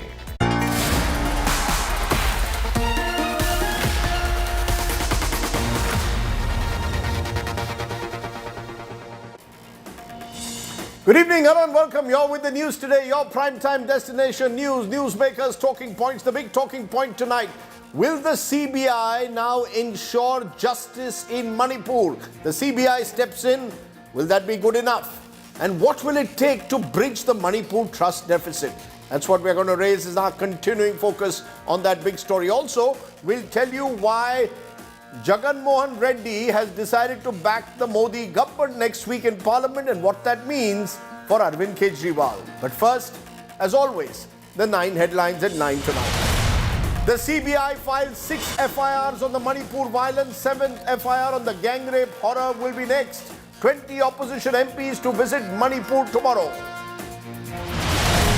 No trust motion on Modi government likely to come up on 7th or 8th of August in Parliament. Sources say final date to be decided on Monday. An Udupi court grants anticipatory bail to 3 women accused in the college washroom snooping row. BJP hits the streets in protest, claims Karnataka police mishandled the case. BJP intensifies Mission South 2024. Union Minister Amit Shah and Tamil Nadu BJP President Annamalai flag off a 6-month-long En Makkal Padiyatra. Shocking broad daylight murder in Delhi's Malviya Nagar in the heart of the city. College student bludgeoned to death with an iron rod by a jilted lover. 1 accused arrested. Telangana battles monsoon mayhem as torrential rains wreak havoc across the state. Multiple areas waterlogged. Mumbai and coastal Maharashtra also facing heavy rainfall. Supreme Court grants bail to activists Vernon Gonzalez and Arun Ferreira in the Bhima Koregaon case. Court rules their location will be tracked by NIA at all times. They've spent almost 5 years in jail. Aviation regulator DGCA slaps a 30 lakh fine on Indigo Airlines over systemic deficiencies. Airline says it will appeal against the penalty. And former US President Donald Trump faces a fresh charge in classified documents probe. Trump now accused of asking staffer to erase CCTV footage from his Florida estate.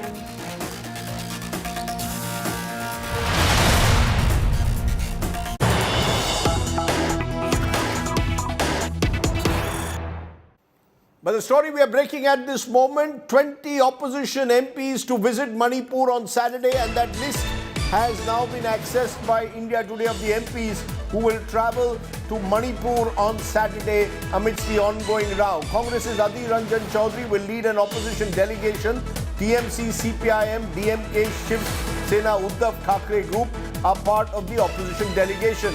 Opposition MPs from the 16 parties will hold a 2-day Manipur visit. This comes, remember, at a time when the opposition has been demanding a response from the government and Prime Minister Modi to the situation in Manipur, where more than 140 people have died in the last few months in ethnic violence. So the opposition going ahead with their visit to Manipur. Now, all of this, of course, comes at a time when the centre says it's begun holding talks with Kuki and Meitei community leaders. Prime Minister Modi has deployed Home Minister Amit Shah to take up the issue. Efforts on to restore normalcy in the violence hit Manipur, and significantly, it's the Central Bureau of Investigation which has now been asked to take over several of the probes in the state, including the viral video of 2 women who were paraded naked by a mob in Manipur. What exactly does this mean? It's our top story tonight. Days after the video of 2 Kuki Zomi women paraded naked in Manipur went viral, the CBI will take over the investigation in the case. The Union Home Ministry has filed an affidavit in the Supreme Court giving details of steps taken to restore peace in the northeastern state. The CBI is investigating 6 cases. The agency is set to file a 7th FIR, which will be on the Thobal viral video and gang rape. The government has urged the Supreme Court to transfer the trial in this case outside Manipur. The centre filed the affidavit after the top court on July the 20th took note of that viral video, saying it was deeply disturbed by it. It had asked the centre and state governments for an update on measures taken. Sources tell India Today that the centre has held 6 rounds of talks with both Kuki and Meitei groups. According to sources, efforts are in an advanced stage to bring both communities together on a negotiating table. Sources claim Home Minister Amit Shah personally spoke to community leaders from both sides. Additionally, a few senior retired government officials from both communities are trying to bring both sides to talks. दोनों समुदाय में बातचीत होनी चाहिए और जो भी मतभेद या मनभेद है वो दूर होने चाहिए। अपेक्षा करते हैं कि जो लोग भी इनिशिएटिव ले रहे हैं वो राज्य सरकार या केंद्र सरकार जहाँ से जिस लेवल पे इनिशिएटिव हो रहा है जहाँ कुछ और लोग इनिशिएटिव ले रहे हैं उसका आउटकम अच्छा होगा और वापस से शांति बहाल होगी। The opposition called the decision to hand over the probe to the CBI a step too late. जैसे अंग्रेजी में कहते हैं ना, too little, too late. CBI को जांच देना सौंपना 80-85 दिन घटना को हो गए उसके बाद एक विषय है, लेकिन पिछले 80-85 दिन से जब से मणिपुर जल रहा है वहाँ सरकार क्यों अभी तक बर्खास्त नहीं की गई? The ruckus in Parliament continues as the opposition disrupted proceedings on Friday as well, demanding the Prime Minister speak in the House on the violence in Manipur. जा रहे ना जाने दो, ग्राउंड जीरो रिपोर्ट क्या है, हम सब कुछ इधर खुलासा करना चाहते हैं अगर चर्चा करते हैं तो। सर मेरा एक If they want to discuss, if they want truth to come out on the, there is no better floor than this. The opposition alliance called India is sending a 15-member delegation to Manipur on a fact-finding mission. मुझे लगता है ये drag करेगी, धीरे धीरे और आगे ले जाएंगे और बीच बीच में कोई कार्रवाई करेंगे, जैसे कि सीबीआई की जांच सौंपने का बात कर रहे हैं, किसी को पकड़ेंगे। अभी कहते हैं कि सुप्रीम कोर्ट वहाँ से कोर्ट दूसरी जगह हटा के विचार किया जाना चाहिए। ये तरह तरह की बहाना और बात करके ये मसले को लघु मतलब पतला करने की कोशिश करेगी। While the central government has underscored no effort will be spared to ensure stringent action against the accused, it remains to be seen if the CBI probe will restore trust among the warring Meitei and Kuki Zomi communities. Bureau Report, India Today. Let's raise the big questions tonight. Will a CBI probe ensure justice for the victims in Manipur? Should more trials be moved out of Manipur? What will it take to restore trust among communities? What more should the government be doing to bring peace? And what role can civil society groups play? Just some of the questions I'll raise. Vrinda Grover is advocate at the Supreme Court, human rights activist who's taken up several such cases of mass violence in the past. Gladi Baipai Hunjan is member of the Kuki Zo community and a Manipuri entrepreneur.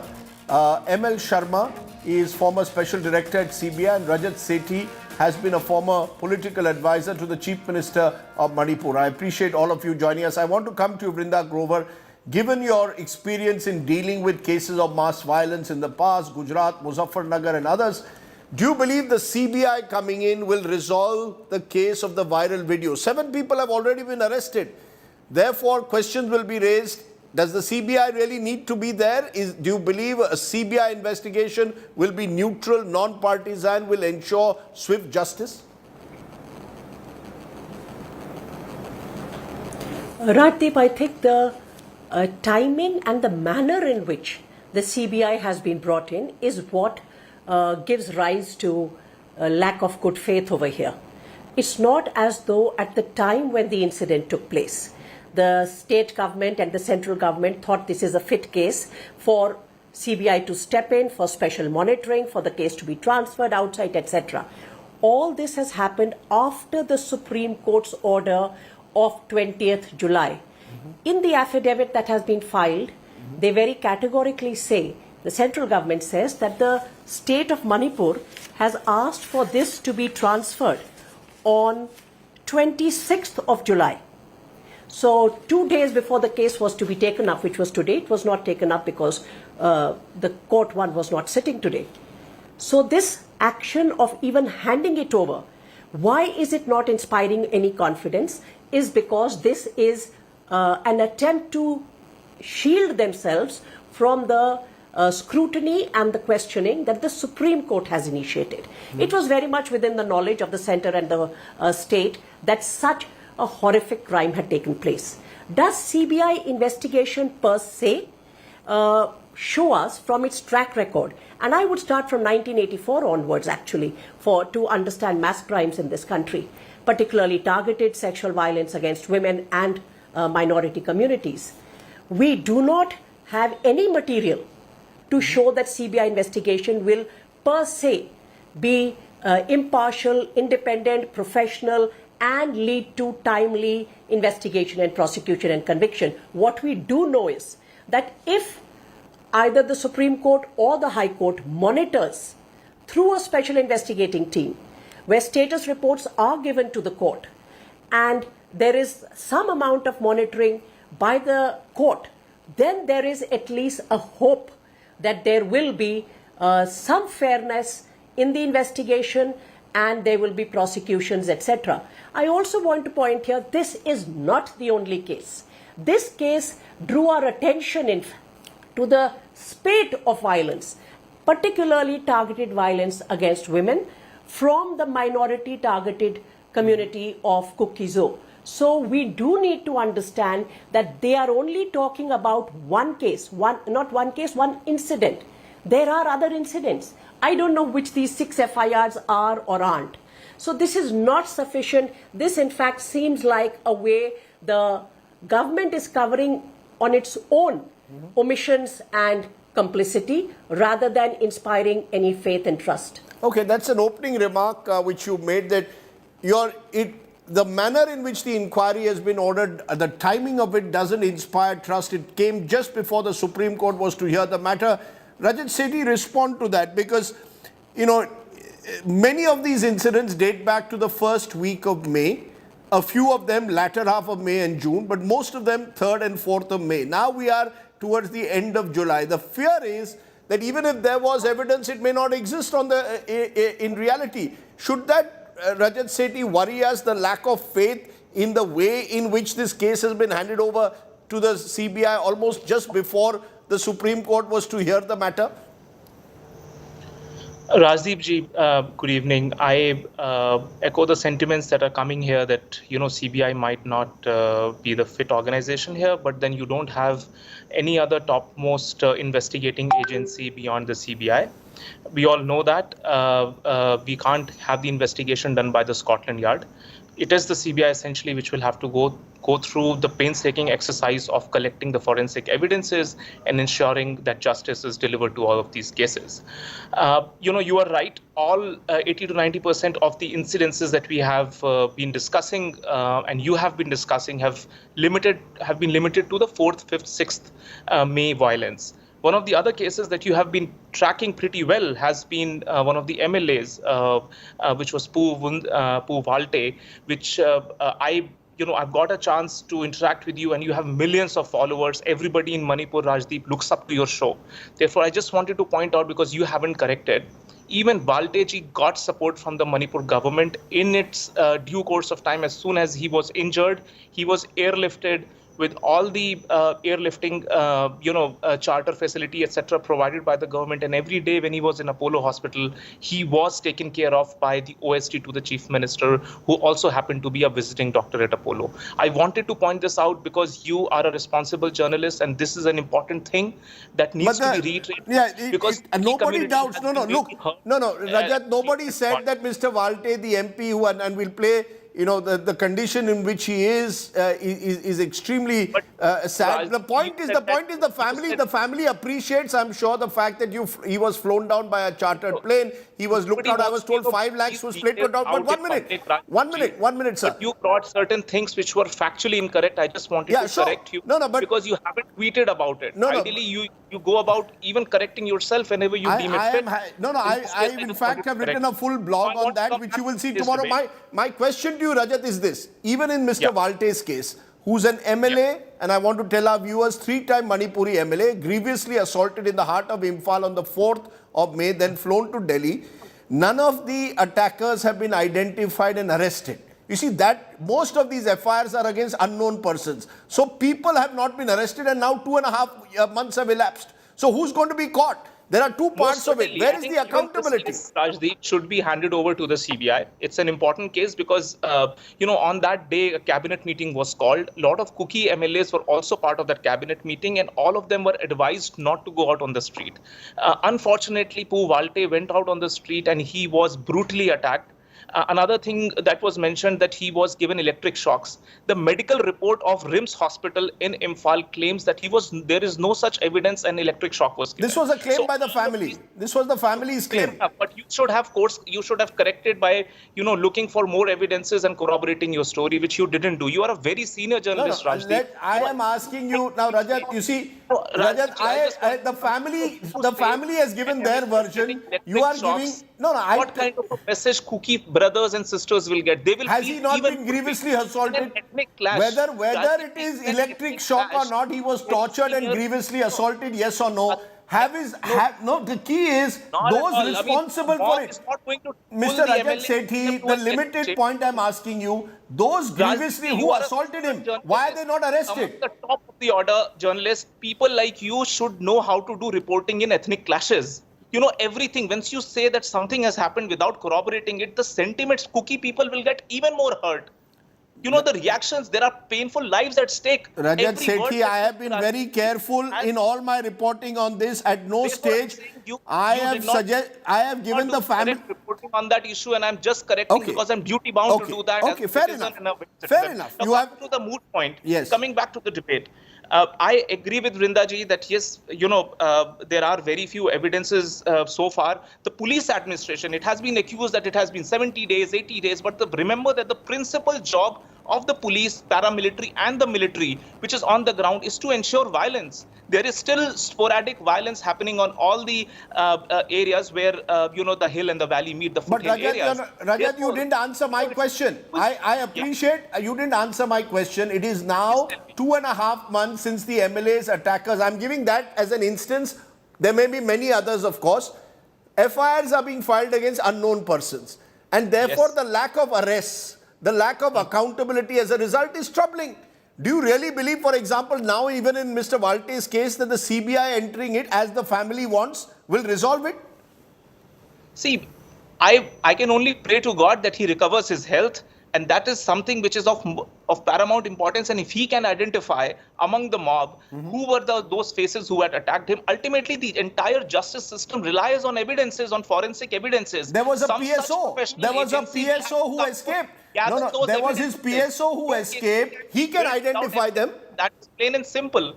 How can you build a case? So therefore, even in this, once this video surfaced, you clearly could spot every single individual in that mob. Otherwise, a mob means 1,000 people. How do you go around arresting 1,000 people when there are live operations happening? Even the armed forces, the India's military is finding it hard to control the violence on the streets. How can you imagine the Manipur police to be able to, go out collecting evidences? Right now, our Kuki brothers and sisters are not able to travel to Imphal, where the cases are registered. How will they go out and identify people and help the police to collect those evidences so that you can build a solid case before the courts? The courts will rely on those evidences, Rajdeep ji, you know that. No, let me take that to ML Sharma. CBI is going to investigate all of these things, and I believe all these cases should be brought out of Manipur so that there is confidence in both the Meiteis and the Kuki community. There have been 6,000 plus FIRs which have been filed, and due justice has to be given to all of these 6,000 FIRs. That's the limited point that I wanted to make. You made 2 points which I want my 2 other guests, both Gladys who joins us and ML Sharma. You, Mr. Sharma, first.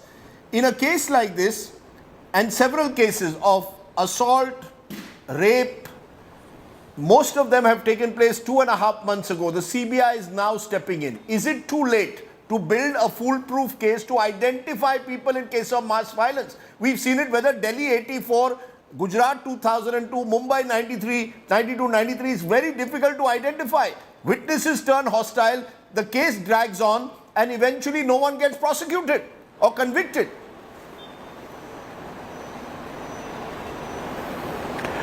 Rajdeep ji, I have the good fortune of serving in Manipur Hills for a year and a half in long back, of course, 1976-77, and I know the topography of on the hills as well as the valley. Now, as far as your question about disappearance of evidence is concerned, well, this totally can't be ruled out, but please remember, investigation, if it's conducted by CBI, even at this belated stage, and I'm deliberately calling it belated stage, all these cases should have been entrusted to CBI much earlier. It is possible to collect credible evidence, if not against all perpetrators of these heinous crimes, against at least prominent amongst them. So therefore, I don't agree with those who take a very pessimistic view that everything is lost. Also, please remember that forensic evidence is only one part of investigation. Oral evidence is equally important, in fact more important in situations like this. Though my caveat I have already mentioned that everybody may not be identified, but some of them even now can be identified and a firm case can be made out against them. But after saying this, I would also say that these cases should not, and I repeat, should not be tried by the courts in Manipur. The trial should be shifted to a neighboring state. I have been to Silchar many times. In fact, I camped there in my days, earlier days. Silchar is the right place because you see, it's a kind of plain population, Bengalis and all. Tribal element is not there that much, and judges are also from the. So therefore, there will be more objectivity in the trials that are carried out in Silchar, and Silchar is not very far. So you're in saying move the cases. But now you're saying move the cases out of Manipur, but I want to understand from you, Gladys, as someone who suffered. People close to you have suffered, Gladys. Are you satisfied now that the CBI is taking over some of these contentious cases and there is talk of taking them out of Manipur? Does that give you a sense of confidence, or do you believe it's too late?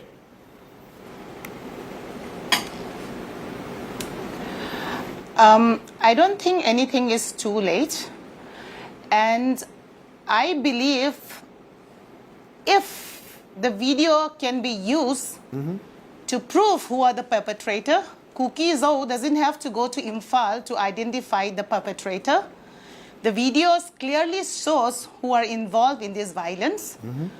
And I also believe that if Imphal, Manipur High Court is not accessible for Kuki Zhou, that we all know. Not only the High Court, airport, nothing in the valley is accessible to Kuki-Zo community. We all know that.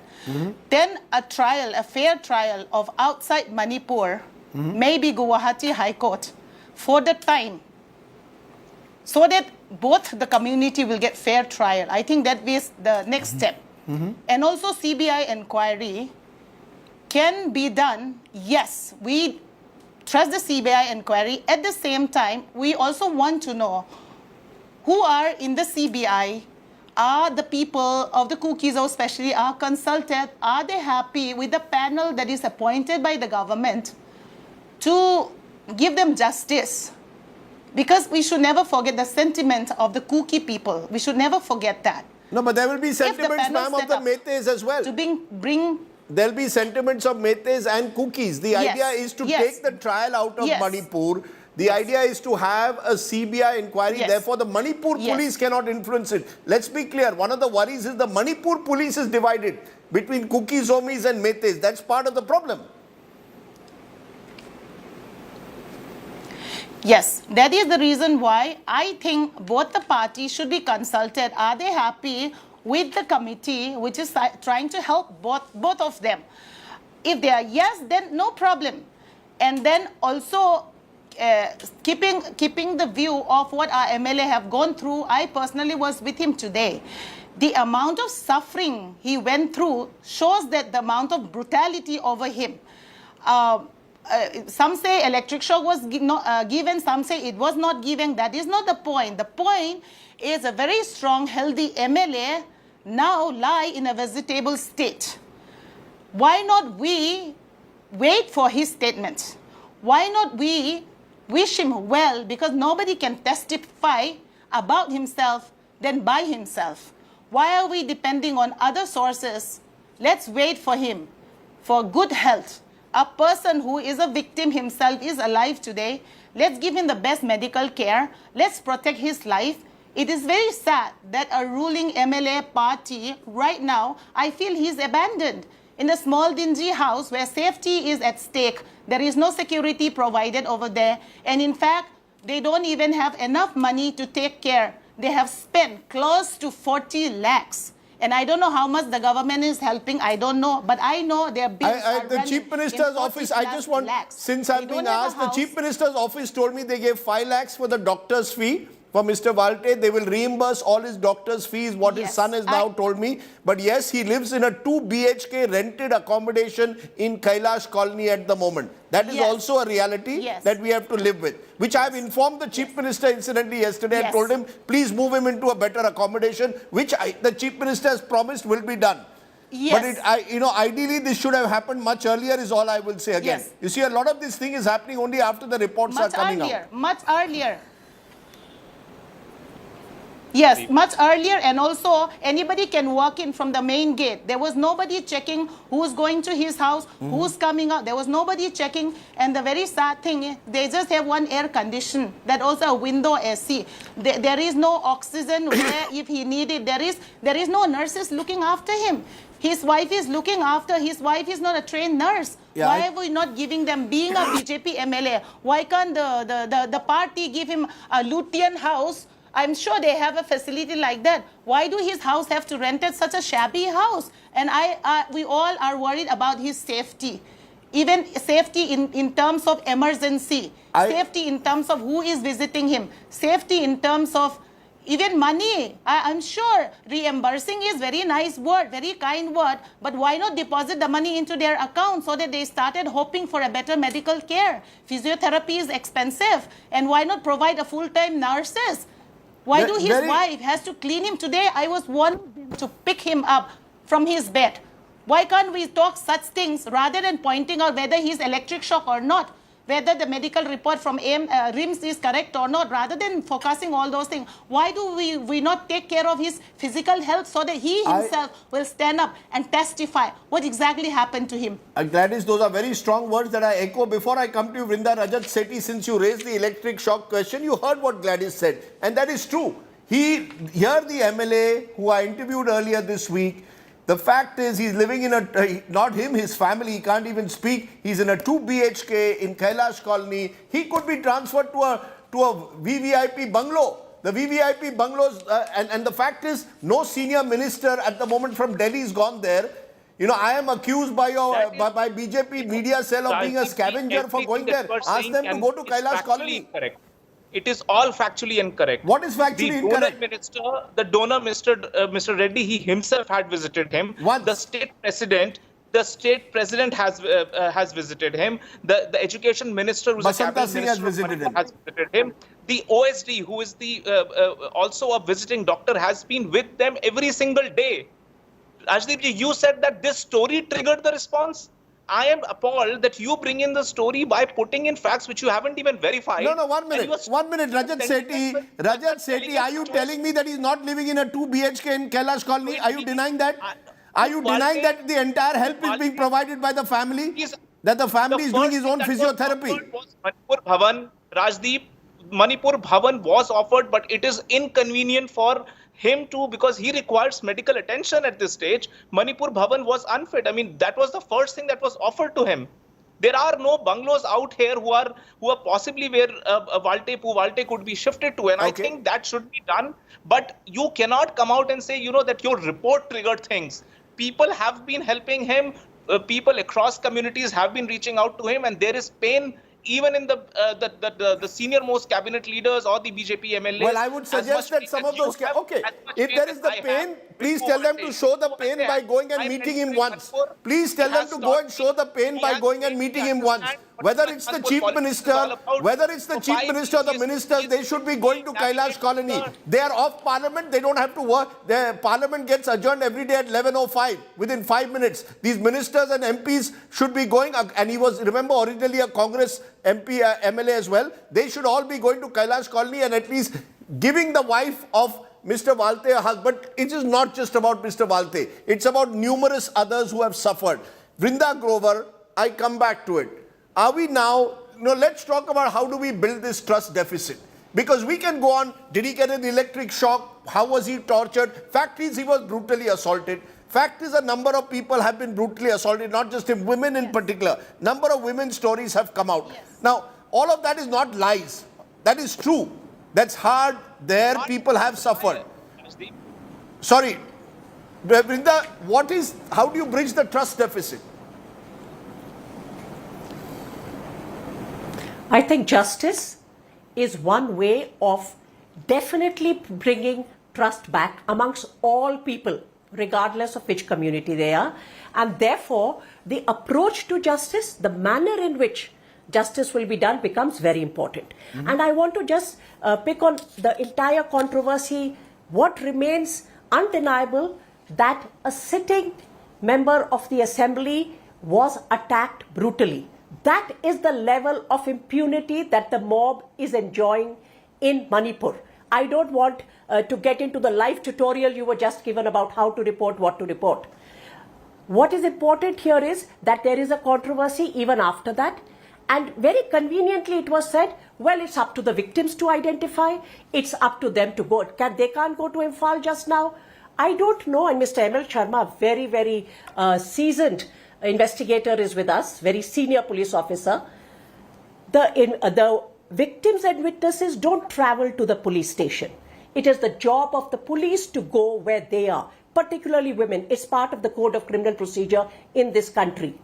We don't need to hire Scotland Yard. Fortunately, because there has been a crisis of institutions for some time, particularly for independent, impartial investigation, the constitutional courts of this country have devised the method of special investigating teams.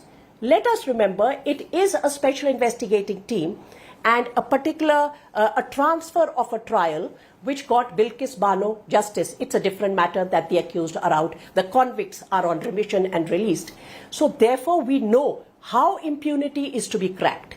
Impunity will not go away because one case is transferred or one FIR or 6 FIRs are transferred, and definitely trust will not be restored. We know that violence is continuing even today. Mr. Sethi has actually told us that the police is unable and perhaps unwilling to control the law and order. He's saying even the paramilitary is unable to do it. So there is a very severe breakdown which has taken place in the state of Manipur for almost 3 months. Justice will have to be done in a way that is perceived by all, particularly the victims, as Gladys pointed out, to be a pathway that will restore their confidence in the system. Otherwise, we are looking at a very ruptured and divisive society. And that is going to be a problem. And that is exactly where we are today. So we will need to think of how is this impunity is to be ruptured. Just 1 minute. Therefore, to say that, where the trial will be held is a different matter. There, as Mr. M.O. Sharma again has pointed out, there are multiple ways in which the police can find out who was part of the mob. I don't have to go and identify.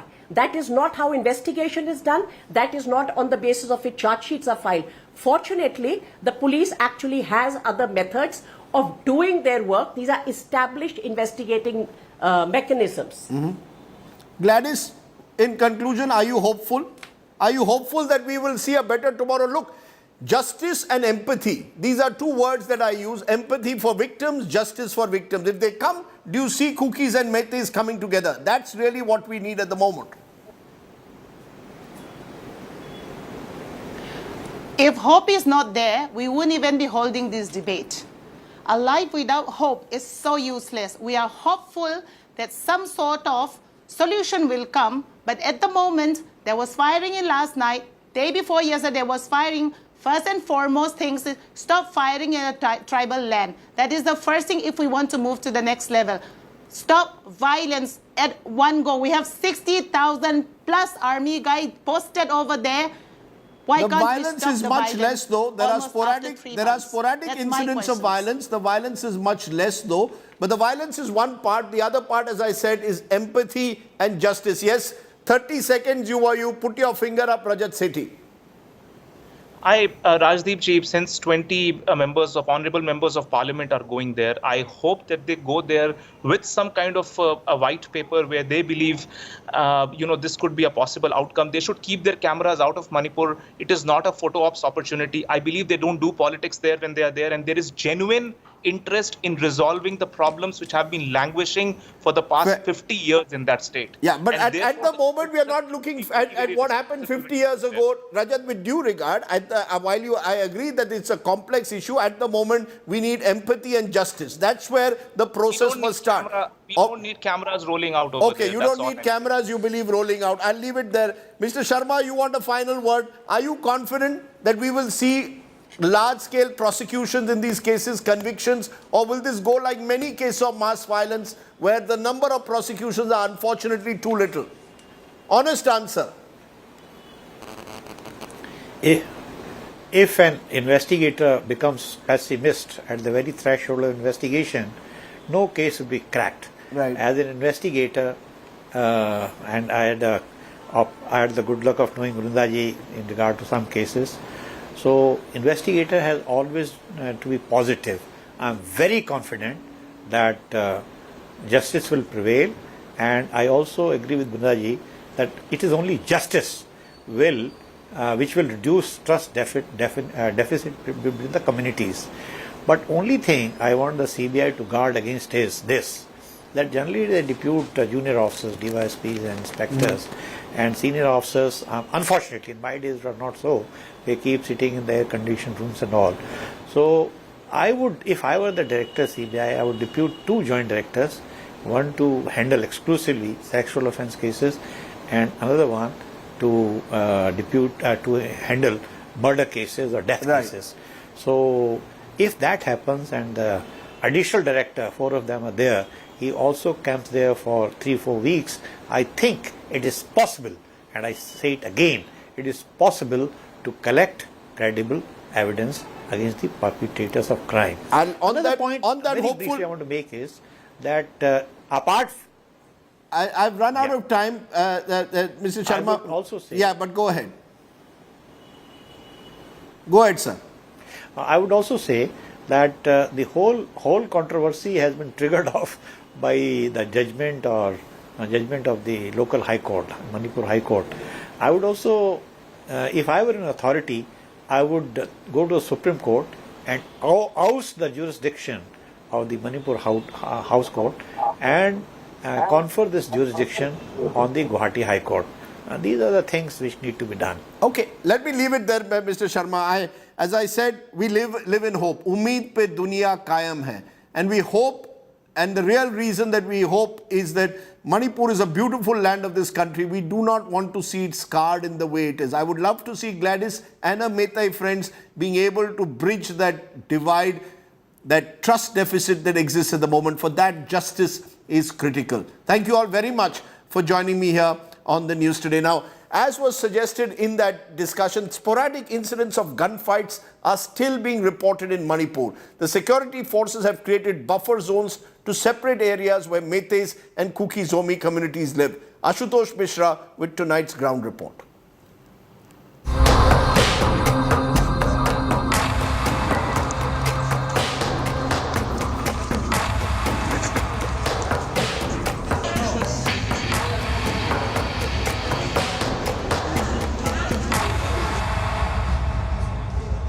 यहाँ पर जैसे ये किस तरह के bombs हैं? ये यहाँ पर जो मिले हैं, ये बॉम्ब्स किस तरह के हैं? This is must be improvised kind of mortar cells. It has been landing here quite a bit.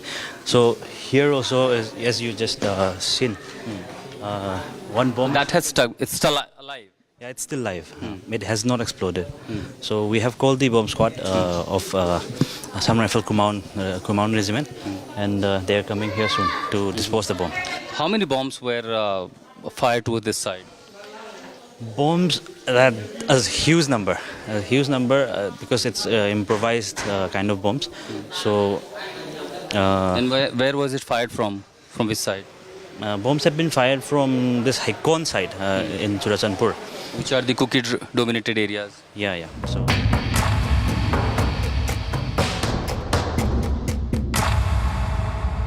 As the centre now intervenes to ensure peace prevails in Manipur, all I see at several pockets where there are the conflict between two communities. Now the buffer zone has been drawn, and all this buffer zone is now being guarded either by the army or the CAPF. There you see in the Bishnupur area where the Meitei and the Kuki communities are directly in conflict with each other, and they are literally in each other's firing range. This is how the army has been deployed, with a massive deployment of other CAPF personals, and there is a massive buffer zone has been drawn. So besides few meters there, you have a land which is dominated by the Kuki community, other side is the Meitei. So all you see, since they fall in each other's 180-degree firing range, there have been almost everyday intermittent firing, sometime low intensity, sometime higher intensity. And worst is when the local mortars using the pumping gun, those are fired upon each other. That has also led to death of innocent civilians.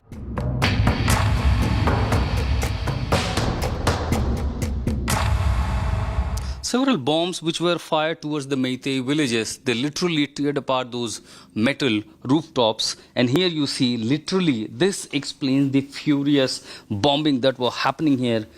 It's around 4 to 5 inches deeper this part. This looks the bigger, the pumping gun fire impact that was here. All you see, mostly these portion of the walls literally damaged. This is one portion of the house. Now if I take you to the other side, there was an innocent child who was sleeping right here in the night, and you see most of these walls are literally damaged. It's a huge impact of constant firing, high intensity firing of bullets, sophisticated weapons, even the bombings. And there was a 18-19-year-old boy who was sleeping here when the Pompi bomb fell down here. Because of the impact, he was severely injured, taken to the hospital, but he could not sustain to the injuries, and he finally died.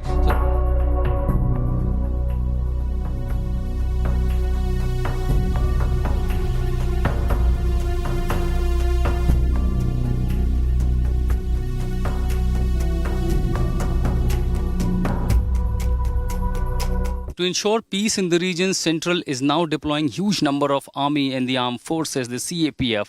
However, the situation in the conflict area in the state of Manipur has really vulnerable pictures. Number of these shells explains how the violence and the tension continues. There is no end to the intermittent firing, sometime low intensity, sometime highest, and sometime it reaches peak as more than 12 hours in the region. More than the bullets, this time now even the improvised blast also taking place in the conflict zone. The situation is really vulnerable. The state is in turmoil.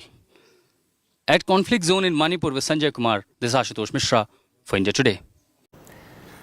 Manipur remains on the edge.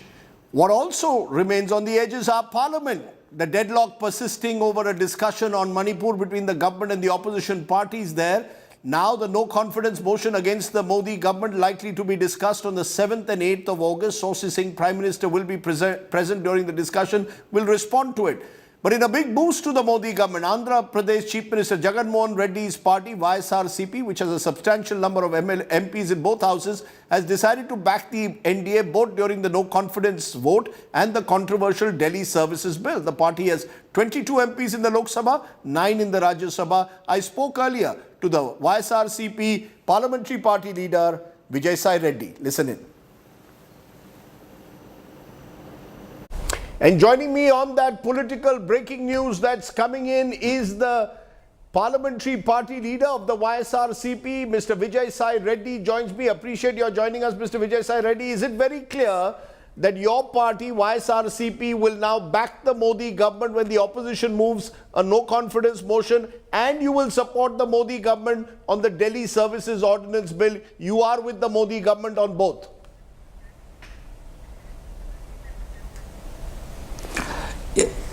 Rajdeep, there are two issues. The first one is the National Capital Territory of Delhi Amendment Ordinance 2023. YSRCP feels that there is no violation of federal structure. Ordinance does not violate the federal structure of the constitution because Delhi is not a full-fledged state, it is only quasi-state, and does not have the features of a typical state like any other states in India. Secondly, the presence of the center is very much needed for protecting the national interest. We sincerely feel that Delhi, though it is elected by the people of Delhi, citizens of Delhi or residents of Delhi, it belongs to entire 140 crores of population of India. Right. And every Indian citizen will have an interest in Delhi because it's a national capital. Therefore, the critical infrastructure and security and land issues and other important issues are to be with the center.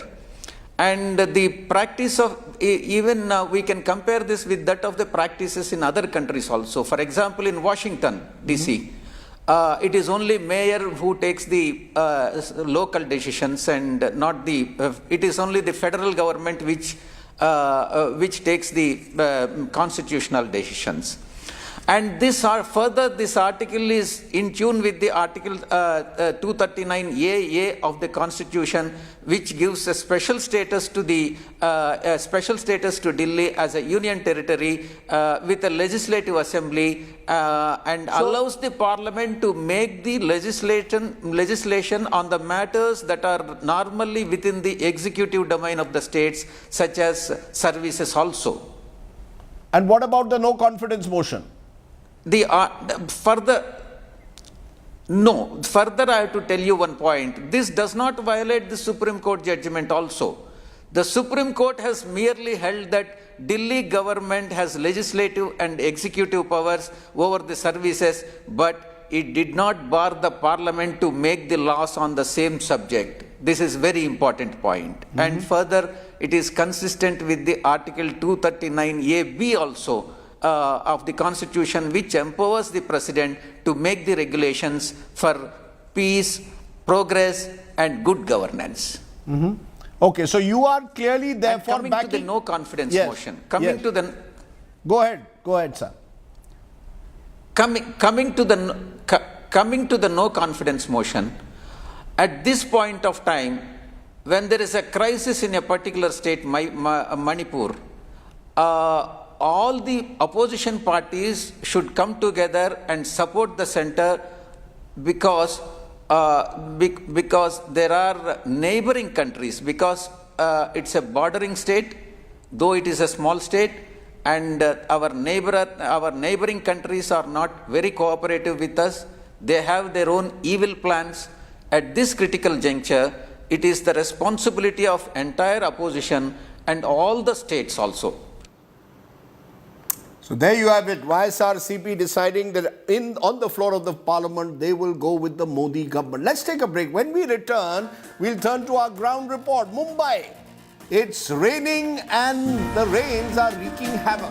How is the city coping up? We'll tell you in a moment.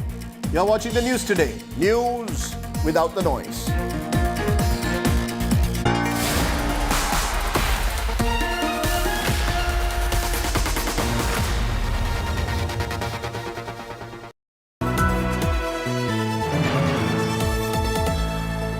Several villages in Turbang areas were burned in the ethnic clashes, the violence and all. I see only the footprints, everything that burned to these ashes. They blame for everything that is happening here to the Cookie government. We are only defending ourselves. There is a literally line of this area towards the Cookie side where you have a huge number of bunkers.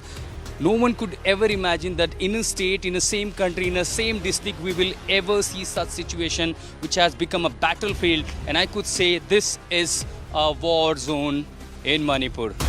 Grounded in journalism, on the ground reporting, only on India Today TV.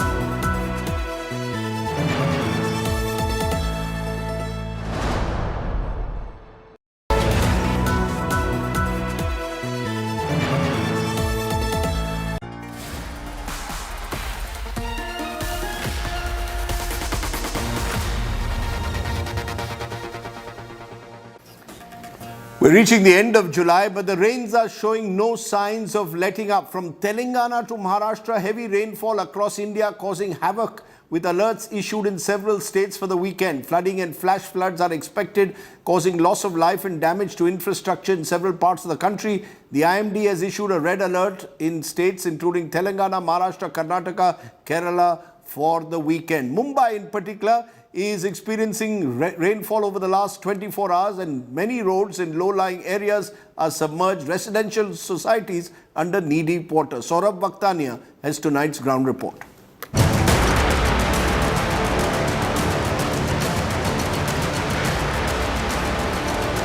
A few hours of rain, and this is what Mumbai turns into. This road connects Vasai East and West and Nalasopara.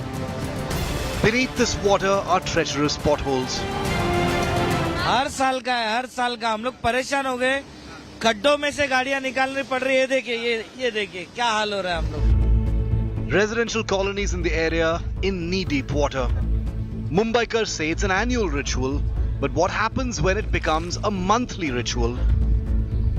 2 days ago, water had gone from the house, but the entire area was still, water was stagnant and accumulated in the compound. But due to heavy rains past 2 days, the water has come back into the house. Lot of furniture must have damaged. There was a lot of problems. The furnitures have all been spoiled. My divan is broken. And there was another table which was there. I had to throw that out. Many families affected have shifted to upper floors.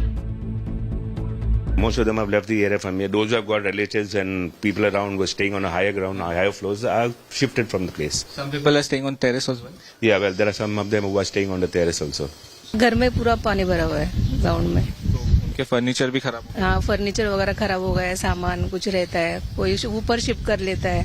तो अभी जो जिनके ground floor के अंदर पानी भरा हुआ है वो लोग कहाँ रह रहे हैं? एक फैमिली तो मतलब हमारे इधर सोने को वगैरह आती है और दूसरे कोई रिलेटिव के वहाँ पर गए.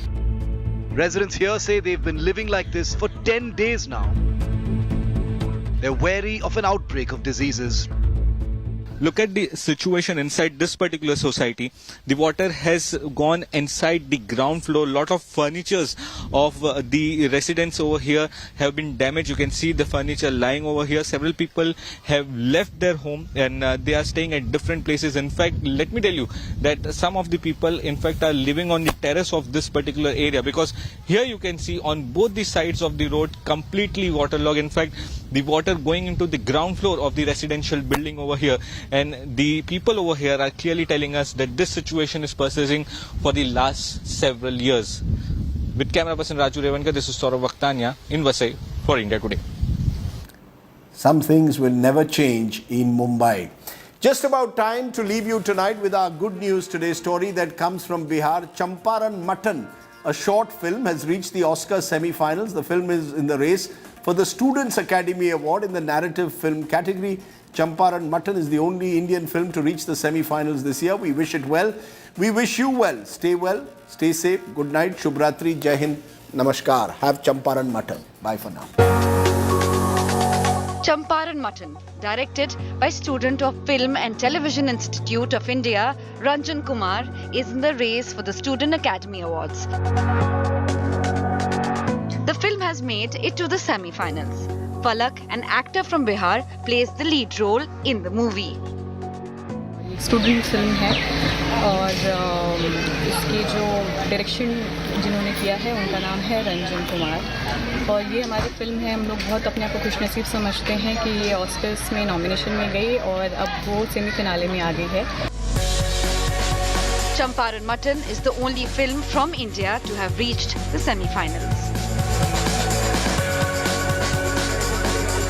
This short film is a story of the people of Bihar and their honesty towards relationship. इसमें दिखाया गया है कि कॉन्ट्रैक्चुअल जॉब्स वगैरह जो होती हैं उसमें लोगों की आर्थिक हालत बहुत सही होती है, लेकिन लॉकडाउन के बाद बहुत लोगों की कॉन्ट्रैक्चुअल जॉब चली गई थी। तो उसके बाद एक मिडिल क्लास फैमिली अपना जो डे टू डे लाइफ की नीड्स होती हैं कैसे उसको स्ट्रगल करता है, उसी बीच एक उसकी वाइफ से उसको इतना प्यार है कि उसकी छोटी छोटी ज़रूरतों को पूरा करने के लिए कैसे स्ट्रगल करता है, तो इसी की समझिए की पूरी कहानी है। Falak's film will compete with 16 other movies from across the world in the Oscars. Bureau Report, India Today.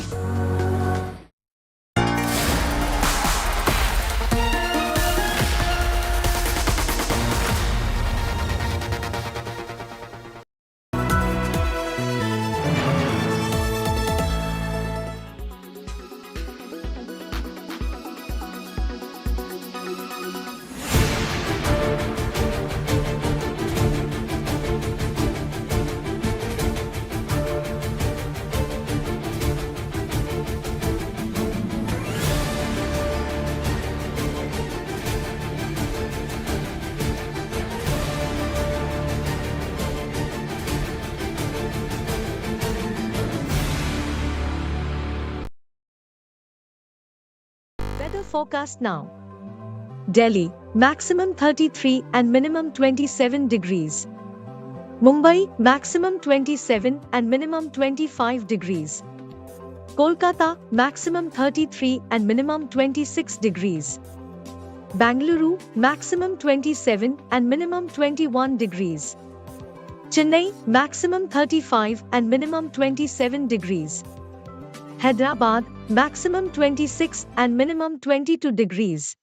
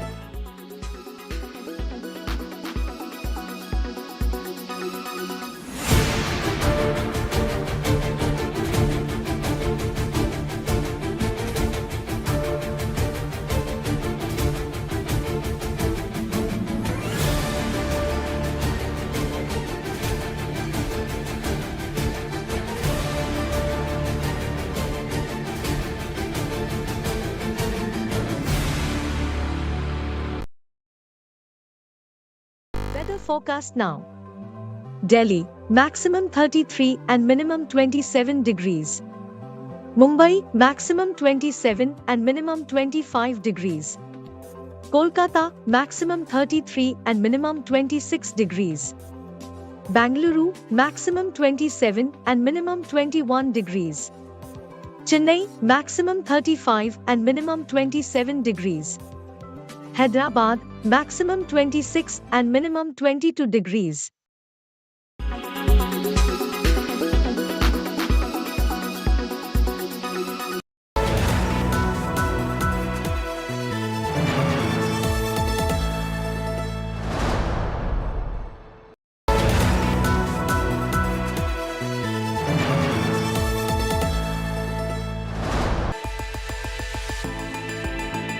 A few years ago, Mark Zuckerberg and Facebook pivoted from Facebook to Meta. You were drawing out this grand vision of a metaverse, whereas the real revolution seems to have been in artificial intelligence. While you have been working in that sphere, would you accept that Meta was caught off guard? You were building one castle in the air, which is still looking like a castle in the air. You're moving incrementally towards your vision of Meta, whereas the real game seems to have been another one where you're now trying to catch up, but would you accept being caught off guard? No, not really, on several counts. Firstly, you can't build the so-called metaverse. What does the metaverse mean? The metaverse basically means like a sort of immersive internet. So instead of looking at something on your phone, you're actually wearing glasses and you're communicating with people in avatar or even eventually in hologram form. You can't build that without AI. I think that approach to open innovation is something we've always believed in, and I think will really help going forward as well.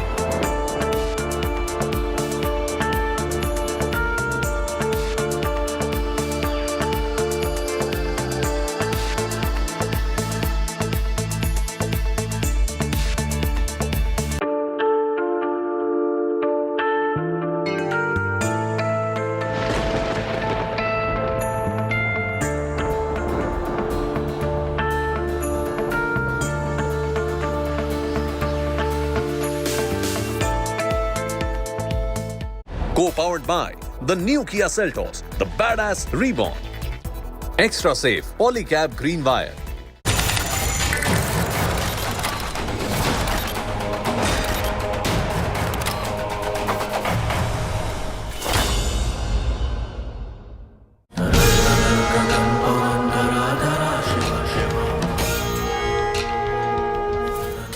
A new record of Amarnath Yatris in Kashmir. नमस्ते दर्शकों, हमारी अमरनाथ की यात्रा बहुत सारे यात्री आ गए हैं अमरनाथ की गुफा जो कि वहाँ दिख रही है हमें वहाँ की दर्शन करने तो चलिए हम भी करते हैं थैंक यू जी हर हर महादेव हर हर महादेव हर हर Mahadev Tazia procession in Srinagar after 34 long years.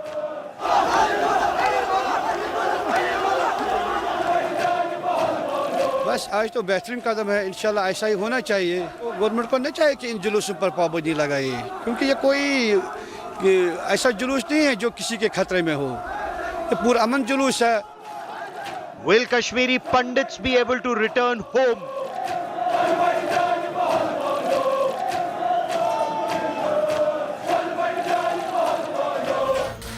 Is this the defeat of Pakistan's state-sponsored radical Islamist terror?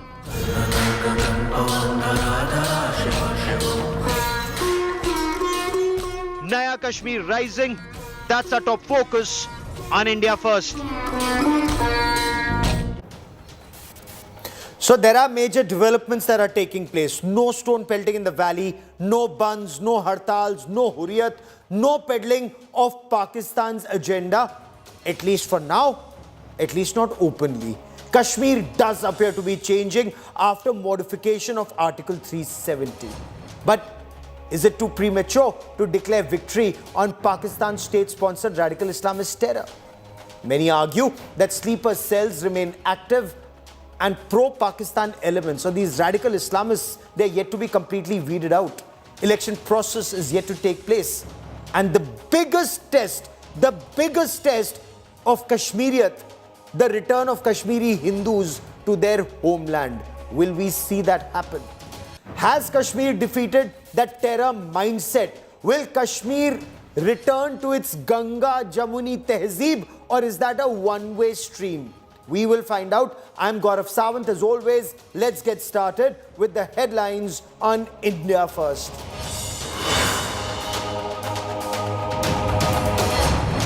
Central Bureau of Investigation files 6 FIRs in Manipur violence case. Fresh FIR to be filed on the gang rape charge. Sources say 6 rounds of talks between Kuki and Meitei groups have taken place.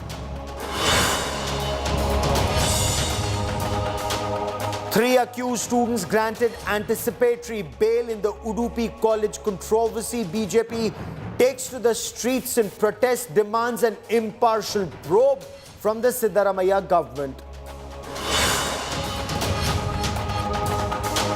BJP intensifies Mission South 2024. Union Minister Amit Shah and Tamil Nadu BJP President K. Annamalai flag off a 6-month-long Makkal Padyatra in Tamil Nadu's Rameshwaram.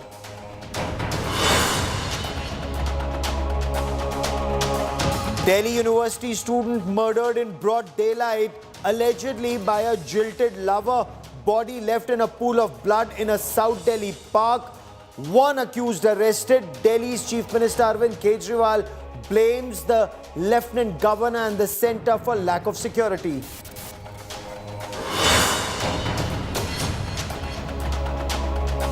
Former US President Donald Trump faces a new charge in the classified documents investigation. Trump now accused of asking a staffer to erase CCTV footage from his Florida estate.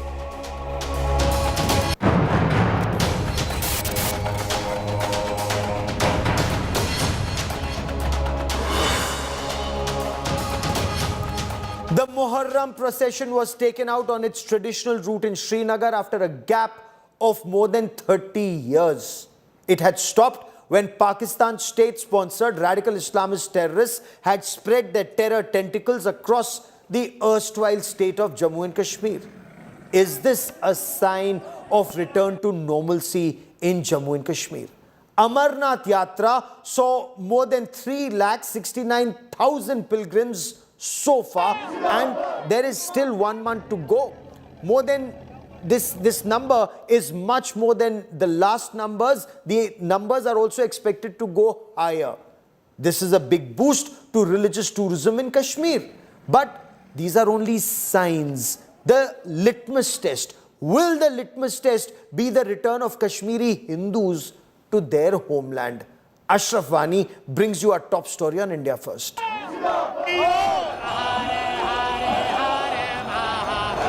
History is created in Jammu and Kashmir. On the 27th day of the Amarnath Yatra, the number of devotees has reached close to 3.69 lakhs and broke previous year's record, which was 3.65 lakh.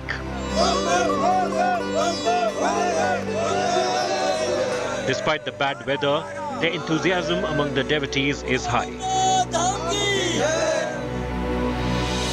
Badminton player Saina Nehwal, Bollywood actress Sara Ali Khan were among the pilgrims who took the yatra.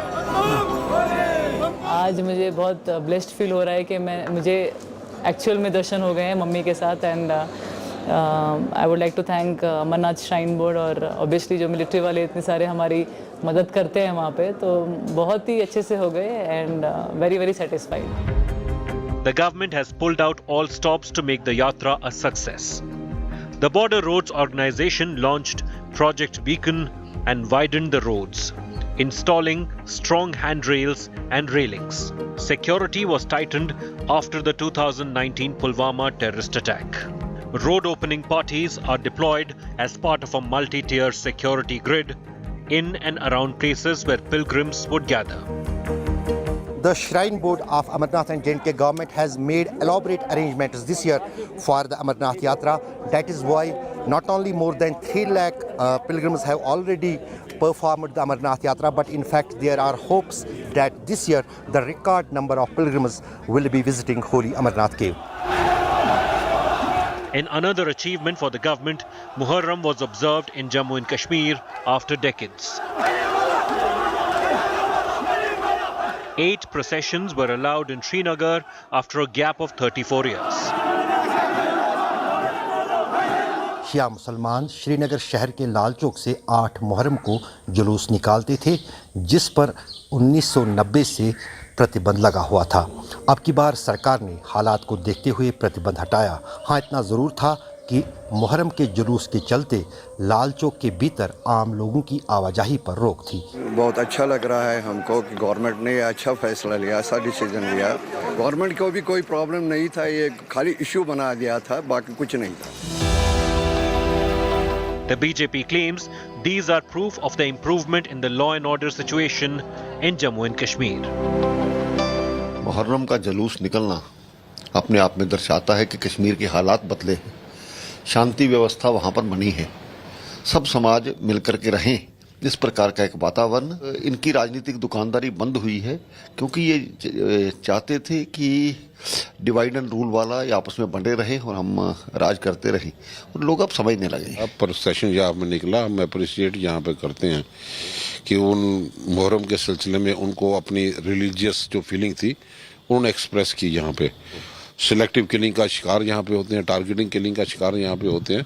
आज ये कहना कि अगर ये सब कुछ ठीक ठाक अगर भाजपा ने किए हैं तो फिर चुनाव क्यों नहीं? The centre says Jammu and Kashmir is heading towards the path of growth and development after abrogation of Article 370. Successful Amarnath Yatra and Muharram procession sure are signs of change in the valley. With Ashraf Wani in Kashmir, Bureau Report, India Today. So the signs are there, but is it too premature to declare victory over Pakistan's state-sponsored radical Islamist terror and that mindset? Would these developments have been possible without the modification, or as many argue, the abrogation of Article 370? And equally important, the Balakot bombing, where India imposed massive costs on Pakistan's military jihad complex. But will the real test of Kashmiriyat be the return of Kashmiri Hindus to their homeland? Joining me on India First is Lieutenant General Syed Atta Hasnain, former Kashmir Corps commander. Also with me is Salman Nizami, a senior political activist and chief spokesperson of the DPAP in Jammu and Kashmir. And Irfan Hafiz Loan is a lawyer and activist. And I want to begin by asking you, Irfan Hafiz Loan, Muharram procession after 3 decades. Is this perhaps a visible sign of the defeat of Pakistan's terror ideology in Jammu and Kashmir, sir? See, Garo, Sawatji, it's a matter of satisfaction. It's okay. But by no stretch of imagination we can say it's an achievement or it's a substitute to political settlement of Kashmir. Kashmir is eagerly waiting for a political settlement within framework of Indian Constitution through dialogue. We are eagerly waiting for revocation of Apsafa. We are eagerly waiting for, please hold for a while. We are eagerly waiting for revocation of Disturbed Area Act. We are eagerly waiting for release of political prisoners. We are eagerly waiting for restoration of democracy. Garo, see, this act of bluffing won't help. This is so not you're in saying the Muharram interest procession of is an act of bluff. Salman Nizami. It is act of bluffing, Okay. Mr. Gaurav Salman Nizami, Sawant. is this Try an to act of bluff? understand Kashmir is Muharram not procession a is an normal. act of bluff? This Kashmir is not a normal place. How lakhs of our forces are still deployed here in this distressed place. तो पाकिस्तान को कभी गाली दे दीजिए ना, पाकिस्तान की वजह से हो रहा है वो. Here is APSAFA, here is PSA, here is Disturbed Area Act. Thousands of people are languishing But in jail. Irfan Hafiz Lone, will you say anything to the source of the problem? Will you comment on the source of the problem, or will that lead to problems for you? The source of the problem is Pakistan, friends across the border. या उनके बारे में बोलने में डर लगता है. Salman Nizami wants to respond. हमने यहाँ विधानसभा के इलेक्शन देखे हैं. Salman Nizami 10 years ago assembly elections were held. Salman Nizami wants to respond.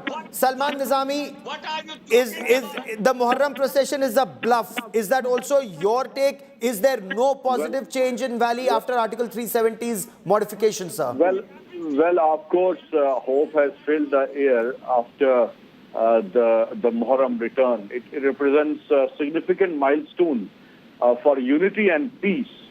So, but despite the positive developments, the question is when Kashmiri Pandits will return to the valley. But if we will go through the data, there are recent selective killings in Kashmir in which 3-4 migrant laborers were attacked. Also, a local Muslim Kashmiri was killed. He was an employee of the forest department. So yes, it's a welcome step, and we should all appreciate the government for this step. But the desire for normalcy is evident in the hope for holding assembly elections in J&K. A crucial step in the region's political progress and stability. Okay. The promises which were made by the Honorable Home Minister. Are these positive steps, General Hasnain, in your assessment? The Muharram procession, the Amarnath Yatra, and what do you make of people like Irfan Hafiz Lone saying remove AFSPA, remove Disturbed Area Act, and all that he said, General Hasnain? See, Gaurav, Irfan Saab can say whatever he wants to. I don't think he understands Kashmir from a security and a strategic perspective. A problem which has been going on here for the better part of the last 34 years, he wants that before everything is stabilized, he wants all the parameters which are responsible for the secure situation today to be removed. Now let me go one by one. Yes. The Muharram procession. Let me tell you, I did this in Patan and in Uri and places like that, but I could never even think of doing this in Srinagar. Srinagar is far too important. We provided security 10, 12 years ago to do this in other areas. But Srinagar was the crux. And we knew that in Srinagar, a procession of this size, or the number of processions of this size, could not go unhindered by terrorists and other activity in the streets. It was only endangering the people and only creating a problem for ourselves. The fact that this has gone about peacefully today is a huge achievement. But I continue to say this is work in progress. Yes. This is work in progress. I am the last one who will certify to tell you that everything is hunky-dory in Jammu and Kashmir. No. This is a hybrid war. मैं इरफान साहब को समझाता हूं कि ये hybrid लड़ाई होती क्या है. ये हाइब्रिड लड़ाई है जनाब, अलग अलग लड़ाई के स्पेक्ट्रम के जो हिस्से होते हैं उनको जोड़ जोड़कर ये लड़ाई लड़ी जाती है. इसको पूरी गवर्नमेंट लड़ती है. हर एक छोटा जेस्चर जो होता है पूरा देश मिलकर लड़ता है, क्योंकि पूरी जो दुश्मन देश है वो भी हमारे ही देश के लोगों को लेकर ये लड़ रहा है, हमारे ही खिलाफ, भारत के खिलाफ भारतीयों का ये इस्तेमाल कर रहा है, और हमारे देश के कई लोग उनके साथ शामिल भी हो जाते हैं. General Hasnain, you must have witnessed it first hand, sir. Absolutely. So many overground workers unnecessarily, being motivated from the other side by the kind of social media messaging, the kind of psychological warfare going on at all times. Magar, I think after 2019, it has taken us time. The COVID problem came in the middle, for which we had a gap of almost 2 years. But the work has gone on steadily. And the fact that the Amarnath Yatra, I was in Kashmir 10 days or 12 days ago, and I went there to review the security aspects from a disaster point of view. You can imagine the amount of attention the government of India is paying to ensure safety and security, both things. It's for this reason that you've had 350,000 or more pilgrims being able to, Yatris being able to go up to the holy cave. Then besides that, this million-dollar question which you've asked about Kashmiri Pandits, I still, in my opinion, it may be a little premature In yet. fact, I'll come to that point in just a bit. I want to delve on it and stay on it for some time. But Irfan Hafiz Loan, these pro-Pakistan voices, at least they've been silenced. Or is this silence tactical? Such elements will crawl out of the woodwork depending on what happens in 2024 elections. You know, you want to remove AFSPA today. Sir, why don't you tell Pakistan to stop sending terrorists today? See, what I'm trying to say is that if there is AFSPA, if there is PSA, if there is Disturbed Area Act, if people are languishing in jails, if there are target killings... Sir, I've asked you for a list of names of people languishing in jail, sir. Kashmir is not normal.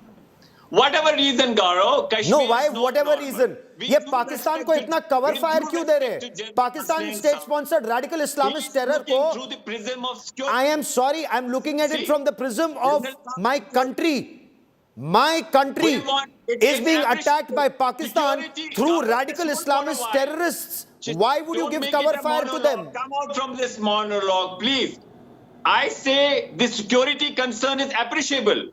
But we must understand, rightly, General Hooda a number of times said that military action is okay. But Kashmir requires a political settlement. He too is a man in, he too served as an army general. So I mean to say security concern is appreciable. But we need to look it through the prism of humanity, through the prism of political resolution. We must understand Vajpayee's formula, Insaniyat, Jamhuriyat, Kashmiriyat. We must उस formula से solution तो अभी तक निकला नहीं, terrorism भी कम नहीं हुआ था, वो इंसानियत जमहूरियत करते करते हमारी पार्लियामेंट पर भी अटैक हो गया था, अभी बालाकोट की बॉम्बिंग हुई है। सर आप समझा करो, आप समझा करो। कश्मीर पे कहीं वार्ता हुई, वाजपेयी जी ने हुर्रियत से बात की, पाकिस्तान से वाजपेयी जी की पीठ में जब छुरा भोंका था पाकिस्तान में 550 सिपाही मर गए थे। नो जनरल हसनैन, ये जो कश्मीरियत जमहूरियत और ये सब बहुत हो गया ना, ऑल दीज ईयट्स, नो होल्ड ऑन, इंसानियत जमहूरियत एंड कश्मीरियत is fine, it's all fine, but do not forget General Hasnain, I am sorry, Vajpayee was stabbed in the back. He went to Lahore. They did a Kargil. 530 soldiers made the supreme sacrifice of their lives. The security grid was weakened and our country suffered for close to half a decade in Kashmir after that. So don't quote Kashmiriyat, Insaniyat, Jamhuriyat when lives are being lost. General Hussain, sir. See, Gaurav, to take this argument a little further, Irfan Saab to कह रहे हैं कि I am a general and I look at it from a security point of view. शायद वो भूल गए कि मैं वहाँ कितने अरसे में से रहा हूँ कश्मीर में, and my way of working was always comprehensive. कभी military तरीके से काम नहीं किया मैंने. And the army as such understands the overall environment. हम कभी भी इसको security point of view से नहीं देखते हैं. मगर आज आपको शायद मालूम नहीं हो, आपको शायद नहीं मालूम हो कि अभी भी वहाँ पर networks कायम हैं, फाइनेंशियल के नेटवर्क्स कायम हैं, अभी भी ड्रग्स वहां पर आ रहे हैं और इन्फिल्ट्रेशन तो अभी भी हो रहा है। 15 इन्फिल्ट्रेटर्स तो अभी हाल ही में पिछले 2 महीने के अंदर आए हैं यहाँ पर, तो मारे भी गए हैं वहां। उन पर नहीं बोलेंगे इरफान लोन, बिल्कुल नहीं बोलेंगे उन पर, ठीक है। और उसके बाद जो माइनॉरिटीज के खिलाफ टारगेटिंग हुई है, जो साउथ ऑफ पंजाब में जो रजौरी के इलाके में टेररिस्ट एक्टिविटी हुई है, इसकी भी बात करिएगा कभी और तब कहिए कि नॉर्मल सी हुई है वहां। I want to bring in Salman Nizami into this conversation. Salman Nizami, this change that you see, is this permanent or is this tactical just to see who wins in 2024? Depending on who wins in 2024, this pro-Pakistan lobby, talk to Pakistan lobby, it could get activated once again in 2024. Well, as I said, it's a welcome step, but it would be premature, like you said, to say that all is well in Kashmir, because the ground reality is there is still insecurity in Kashmir. True. As General Saab rightly said, that we witnessed 2-3 attacks on migrant laborers recently. Pakistan is still active. They are trying their best to send terrorists to disturb the atmosphere. But every Kashmiri wants a new Kashmir to emerge, where we can see normalcy, where we can witness development, where we can witness peace. Nobody wants stone pelting to be, in future to be happen. But we want change. Kashmiris want change. We want peace. We don't want terrorism. We don't want stone pelting. We don't want guns. We want to see Kashmir, a new Kashmir, where peace, prosperity, and development will happen. General Hasnain, it's a very positive thought development. It's also very positive to see that no stone pelting is taking place. There are no hartal calls coming from the Hurriyat. Schools aren't being shut. And, wasn't this a part of a strategy? Burn down schools so that and give these hartal calls so that students are available for stone pelting, and then those radicalized elements, give them guns, turn them into terrorists of future. This strategy of Pakistan and some in India peddling that Pakistan agenda, has that strategy flopped, or is this only a tactical retreat for that strategy, sir? See, Gaurav, there is no doubt that the security forces, the intelligence agencies put together, have done a marvelous job in neutralizing many of these networks which were functioning in stone throwing through finances, through drugs. And the age of the stone throwers, some of the leaders, was as low as 11 years and 12 years. Imagine. You and I are fully aware of that. Now, that situation is no longer persistent today. And so that is a huge achievement on the part of the government and the various agencies. But there is no permanence about it. Because right at the beginning of the program, you mentioned it yourself, that there is no end to the aspect of radicalization within Jammu and Kashmir. And it is through the source of radicalization that these elements keep emerging. Friday prayers and things like that, Friday sermons, these are the places from where these sentiments arise and bring back all these elements among the stone throwers, etc., to carry out anti-national acts. Until there's a permanent end to this radicalization, I don't foresee a complete normalization in Kashmir. General, I have a question for you, and I wanted to ask you this for a long time. All these elements who radicalize youth, whether it's done in madrasas or it's done, from the pulpit of a mosque or it's done somewhere else, why can't the security forces go after these elements wherever they may have come from? Whether they've come from across the border, whether they've come from a state in the rest of our country, why can't such elements be arrested, NSA put on them and put them in jail? A lot of, Gaurav, you're right, a lot of this has been done in the recent past. But you have to, I think everyone needs to understand, India is a democracy. India is still comparatively, in terms of, looking at its security, doesn't follow the Israeli kind of doctrine of getting after everything proactively and targeting and impinging. We do it through soft power to a great extent. But I do agree with you, it could be done. But the coercive action of that kind may have a more lasting effect in terms of psychological issues and things like that. We have tried the softer route, but I'm sure if the softer route doesn't finally work out, it will have to be, the coercive methods will have to be used. I'm happy to see that today, many of the methodologies of counter-radicalization have come to the fore. And because imagine Kashmir, they are succeeding. Yes, sir. Kashmir had gone, from the time Irfan Hafiz Loan, I'm sure you remember, mosque loudspeakers were used for that Ralev, Galev, Chalev kind of slogans, telling Kashmiri Pandits to run away from the valley and leave their women behind or convert to Islam. I hope you realize that was a black spot in Kashmir's history. I hope you also realize that the real test of Kashmiriyat, sir, and this Ganga Jamuni Tehzeeb that we hear so much about, is Kashmiri Hindus should get back to the valley to follow their religion, they follow their way of life. Ganga Jamuni Tehzeeb cannot be a one-way street, sir. Yes, we want restoration of Kashmiri brotherhood. That is really our identity. That should have been the first thing on your mind. Whatever happened, that was barbaric. Listen. I'm simply saying, see, Garo, being a nationalist, people make mockery of me. They laugh at me. They say, you talk a lot about your country. And see the Kashmir, which is with our neighbor. They have that very Kashmir, they have their own prime minister. They have president. अरे they sir have वो assembly नौकर there. है They have their पाकिस्तानियों own के Supreme Court. You they have a prime minister sir क्या बात कर रहे हो वो नौकर है वो पाकिस्तान के नौकर है वो चाइना के नौकर है सर दिमाग खोलो अपना सर आई मीन उनके पास राष्ट्रपति उनके पास प्रधानमंत्री जो उनके पास कश्मीर है जो सूबेदार के नीचे काम करता है पाकिस्तान आर्मी के सूबेदार का नौकर है वहां का प्राइम मिनिस्टर सर दिमाग खोलो अपना है आपके पास यूटी है जरा इस बात को समझिए किसको हम भगवान क्या sir really general Hasnain I have last 30 seconds on the show I do not want to respond to this General Hasnain you want prime minister like in Pakistan occupied Kashmir really General Hasnain sir Pakistan occupied Kashmir की बात करेंगे इरफान साहब तो then it's actually laughable.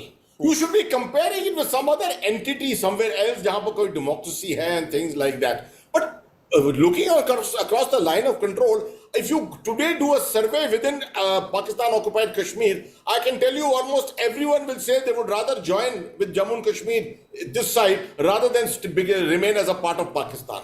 Agar matlab this is a reality today. Have you seen the state of the economy? Have you seen the state of the human rights within Kashmir, within Pakistan today at the moment? I don't think this argument can gel at all, Irfan Saab. But maybe Irfan Saab would want to go across and take a look firsthand of what, and Salman Nizami, I'm sorry I've run out of time on this part of the show, but maybe you would have liked to enlighten Irfan, but maybe in the days to come. We will track the story very closely, but do remember my words, this so-called Prime Minister of Pakistan occupied Jammu and Kashmir, mark my words, he salutes a Subedar of the Pakistan Army. That is where he stands in the pecking order. We will get you more on that story in the days, weeks and months ahead. I've run out of time on India First this evening. Abha Bakaya comes up next with Business Today. Stay with us.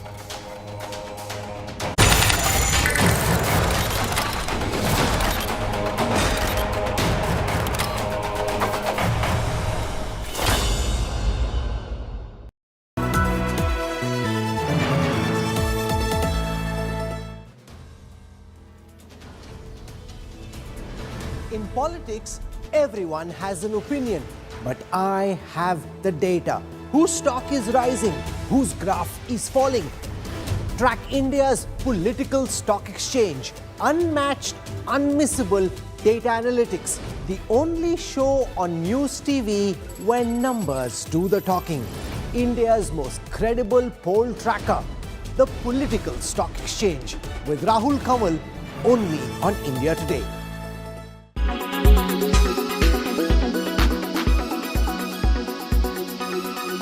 Was primarily launched for domestic transactions, but now it has extended its scope to include international transactions for Indians as well as NRIs. All you need is to have a bank account linked to a UPI-enabled mobile app. The app could be provided by Bheem, your bank, or a third-party app. The good part is earlier NRIs needed an Indian mobile number to set up a UPI ID, but now NRIs can even use their international mobile number to initiate a transaction. Now, how does UPI work abroad? You first need to provide the recipient's bank account number, bank identifier code, and select the currency to transfer the amount. The UPI app then sends the transaction details to your bank for authorization. The bank verifies the user's detail, checks for sufficient funds, and approves the transaction if all requirements are met. The important point to note is that the international transaction involves currency conversion. The UPI app also uses the prevailing exchange rate to convert the amount to the destination currency. The converted amount is displayed to the user before confirming the transaction. Last but not least, the availability of UPI international transactions may vary across apps and banks. Some banks and apps may have more tie-ups with international banking partners, while others have limitations or restrictions on certain countries or transaction types. Therefore, it is advisable to check with your respective bank or UPI app providers for detailed information on international UPI transactions. Thanks for that, Tina.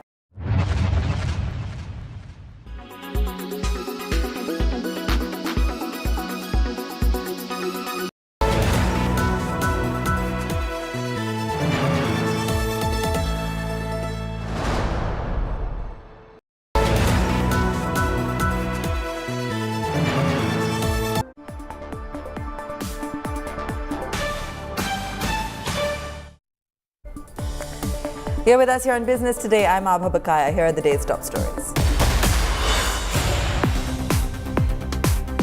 Big announcement by Finance Minister Nirmala Sitharaman says Indian companies can now opt for overseas listings, will make funds cheaper.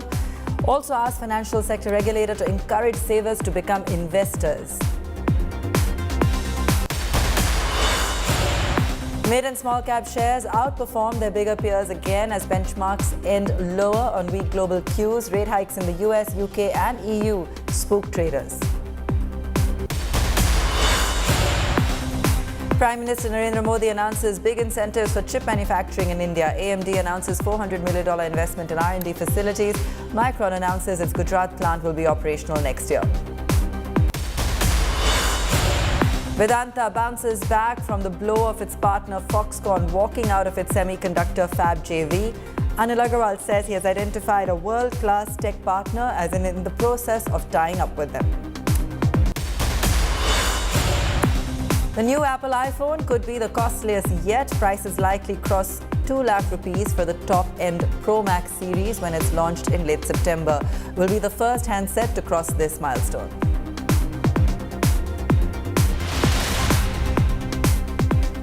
Finance Minister Nirmala Sitharaman announced this morning that Indian companies can now go in for direct listing on foreign exchanges as well as on the International Financial Services Centre Bourse in Gandhinagar.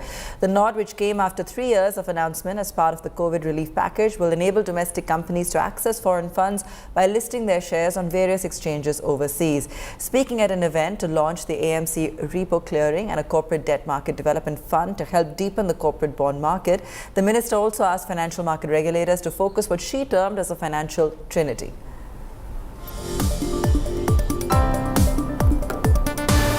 Now, I am pleased to announce that the government has taken a decision to enable direct listing of listed and unlisted companies on the IFSC exchanges.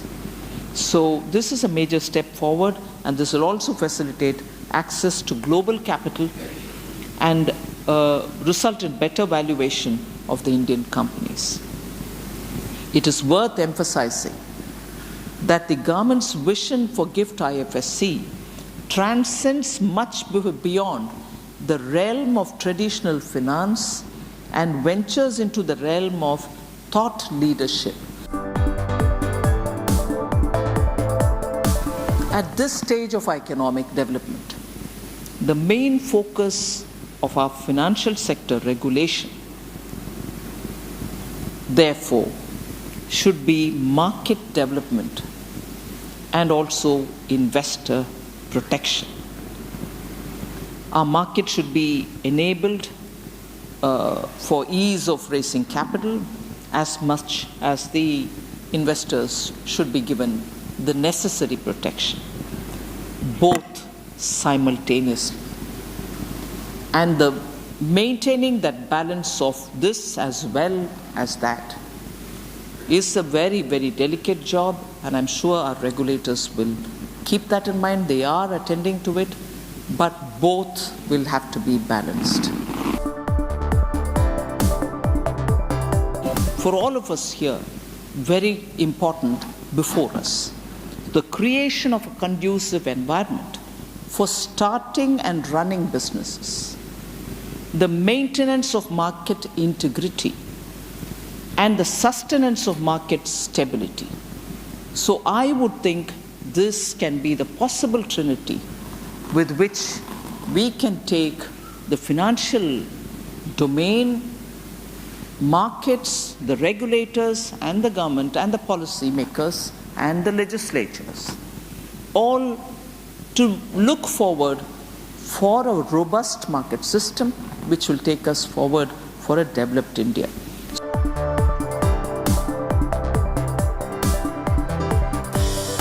Number of the stock market investors, especially the retail, reflects the strength of the economy as an increasing quantum of household savings makes its way to this liquid, transparent, formal and also well-regulated segment of investing.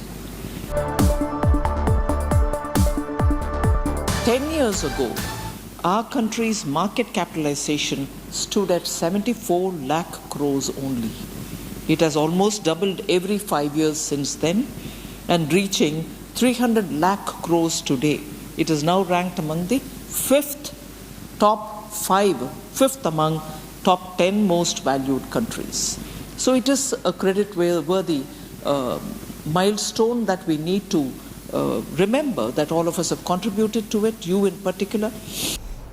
Stock markets extended their weakness for another session as headline peers settled in the red. However, heavyweights attempted a sharp recovery in the second half of the day, succeeding only in trimming some of their losses. Weak cues from Europe and negative US futures kept local market mood bearish for a major portion of the trading session. Sensex down over 100 points and Nifty also ending marginally lower today. Top gainers, NTPC, Power Grid, Apollo Hospitals, Adani Ports and M&M. Top Nifty losers were Bajaj Finserv, HDFC Bank, BPCL, TCS and HCL Tech. Let's take a look at what else is making news. Yatarth Hospital IPO saw an overwhelming response, with the issue subscribed more than 36 times at the end of its third and last day. The 687 crore rupee IPO saw the retail portion being subscribed over 8 times, while the QIB portion was subscribed a whopping 85 times. Real Vikas Nigam shares fell another 4% today after the government announced an OFS at 119 rupees, which was more than 11% lower than Wednesday's closing price. The share has fallen 10% in 2 days of trade. The OFS opened for retail bids today and has been oversubscribed. The board of Piramal Enterprises has approved a share buyback of 1,750 crore rupees. The company set the buyback price at 1,250, nearly 13% above yesterday's close. The promoter group has expressed the intention not to participate in the buyback. With benchmarks ending the last week of the month in the red, traders are hoping markets will revive over the next couple of weeks, leading to a question on whether the Nifty will hit 20,000 before Independence Day. BTTV's Sakshi Batra discussed market outlook with Intel Sense Capital founder Abhishek Basu Malik. Here's an excerpt. Probably we started the rally a bit earlier than I was expecting or hoping for. But my, the points that I had in my mind is that India is perhaps already at the peak or very close to the peak of its interest rate cycle. We might stay here for a while, but probably as early as Q1 next year, we might actually, go downwards in terms of rates, interest rates. So that could be a very positive trigger. Infrastructure development and focus on infrastructure growth is very significant, very sustained. So domestic economy is doing well. Monsoon, it's been a bit problematic. The density of rain has been very different across the country, but that is what we are seeing in the last few years consistently. So overall, I think, and most importantly, I think India is very, very well poised in the global markets, right? We are one of those rare economies which is large, which has market depth, which is doing well. So I will not be surprised if we see sustained inflow of foreign capital coming into India. Okay. Now, Mr. Basu Malik, so far in the first half of the calendar year, we've seen sectoral rotation being played out. Pharma seems to have got out of the downward trajectory that it was in, and it should do pretty well. The other couple of sectors which are not being talked about at all right now, which I'm looking at some value emerging in those spaces, is insurance and the AMC kind of business. So the financial side, except the banks and the NBFCs. It's been a slow April to June quarter for Mahindra Holidays and Resorts, with net sales up just 1.5% on year and net profit plunging more than 99% to just 18 lakh rupees. Sakshi Batra and Shailendra Bhatnagar spoke with Kavinder Singh, MD and CEO of Mahindra Holidays, about the future growth of the hotel giant. Listen in. We've seen the entire sector of hospitality seeing a very strong recovery after COVID-19. And of course, after the COVID boom, now you have the G20 presidency boost as well. First up, give us the overall sense of the sector. What are you looking at? What's the sentiment like, since you are seeing it on an everyday basis? Yes, you are right indeed that the leisure travel is seeing significant tailwinds. We are seeing significant momentum in our business as well. If you look at our India operations, and that's where we delivered 90% plus occupancies. And these occupancies helped us to deliver us the best ever resort income, which grew by 10% on a YOY basis. If you were to look at our total income, it has grown by about 17% on YOY basis.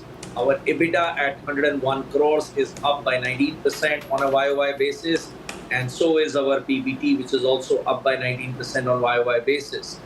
If you look at member additions, which is a critical indicator for our performance, our member additions were robust and they grew by about 23%, which means people are buying more memberships, which means there is a desire to travel to our 100 plus resorts. We crossed the 100 resort mark as well, and we have now 5,000 rooms now. Our declared aim is to take this to 10,000 rooms in about 6 to 7 years. As we speak, there is an 800 crore capex is already on play. There are various resorts which are getting expanded, new resorts being, the ground being broken. So we remain extremely optimistic about the next 7-8 years onward.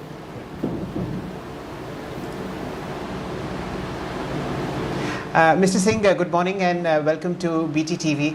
I think you have one of the most envious jobs in the corporate sector, enjoying fabulous properties of Mahindra Holiday Resorts and at the same time being in a professional setup. Mr. Singh, paint for us a picture of where these resorts, where these fresh rooms will be added. Are you looking at Tier 2, Tier 3 cities across India? And will this be a geographic expansion across the world, or is it limited to India? So, as I must start by saying that currently we have about 6 projects which are going on. We broke ground in this quarter with about a 236 room resort that we intend to build in Ganpati Phule. That is a 250 crores investment. There is already in Kandaghat, which is on the way to Shimla, a 185 room expansion plan is on. There's we are investing approximately 230 odd crores there. As we speak, we also acquired a resort in Jaipur, about a 72 key resort, which will be also further expanded. We also are expanding our Goa resort by about 50 rooms, Puducherry resort by another 60 rooms. We are also looking to break ground in Thiog, which is in Himachal, another 150 crore investment. So in sum, about 750 to 800 rooms and an investment of about 800 crores is already at play. Let's take a break. When we return, Prime Minister Modi's big promise to semiconductor players and big investment commitments that they've made. Do stay tuned.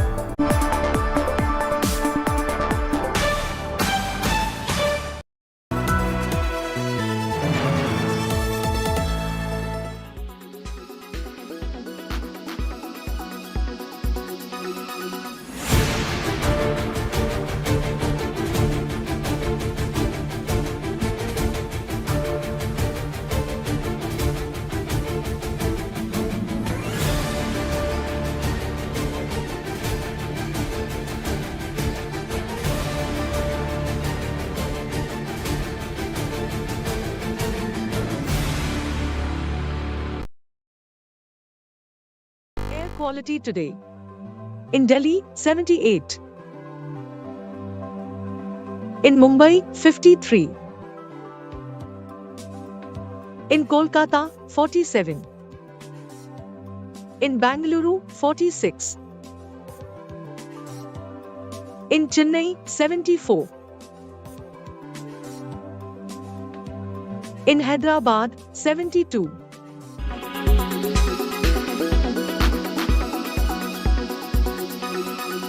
Make your media plan smarter with India Today Live TV on your connected devices.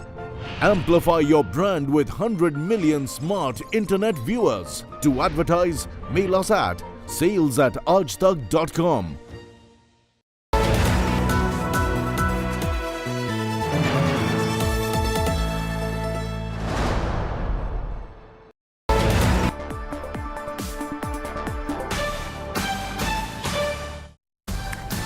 Welcome back. Prime Minister Narendra Modi has laid out the red carpet for the global semiconductor industry, urging them to exploit the massive talent pool and steady supply chain advantages of India. Speaking at the Semicon conference in Gandhinagar, the Prime Minister also announced that chip companies will be given 50% financial assistance for setting up semiconductor manufacturing facilities in the country. Bharat को इस बात का भी एहसास है कि semiconductor सिर्फ हमारी जरूरत ही नहीं है, दुनिया को भी आज एक trusted, reliable chip supply chain की जरूरत है। दुनिया की सबसे बड़ी डेमोक्रेसी से बेहतर भला ये ट्रस्टेड पार्टनर और कौन हो सकता है।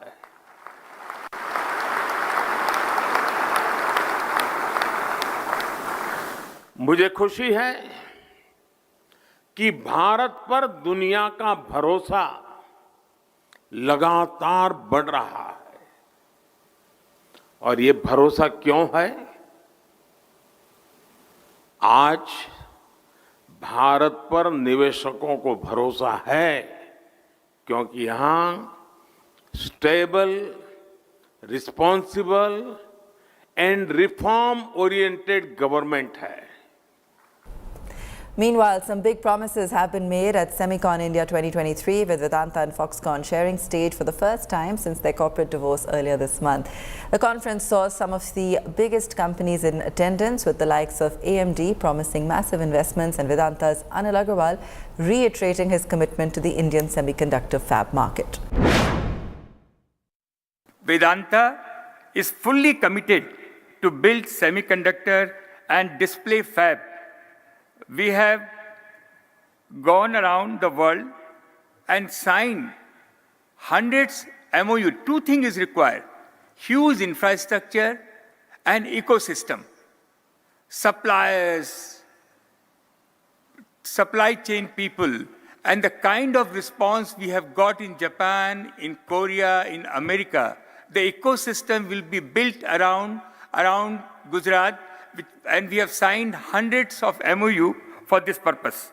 For semiconductor, we have identified world-class partner. We have already identified the world-class partner for technology and are in the process of tying up with them. When this thing started, we have been asked, we look all over India, where can be the location? And the international experts has gone to all the state. And finally, they have come back and said Gujarat is the right place for creating Silicon Valley of India. Where there is a will, there is a way. I can feel the determination of the Indian government. I'm very optimistic of where it will be headed. Prime Minister Modi once mentioned to me that IT stands for India and Taiwan.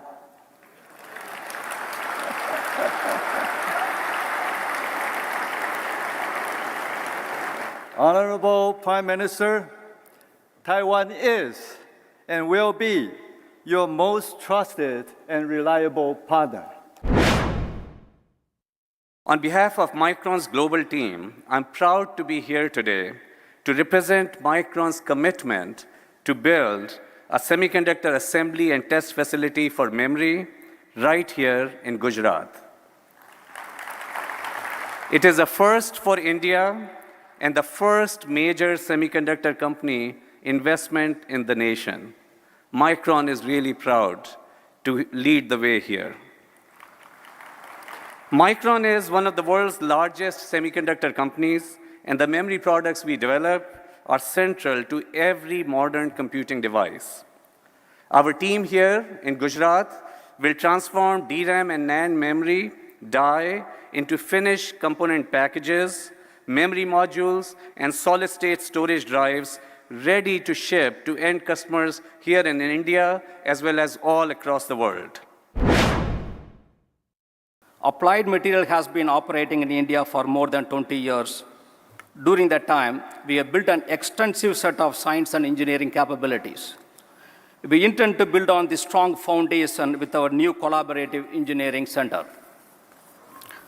where we will bring together our strong base of engineering talent, our leading global and domestic suppliers, and top Indian universities in one location, with a common goal of accelerating the commercialization of new technology of semiconductor equipment. Today, we have 25 global suppliers and 5 domestic suppliers here today. I'd like to thank them for joining us this journey. I am pleased to announce that AMD will invest approximately $400 million in India over the next 5 years.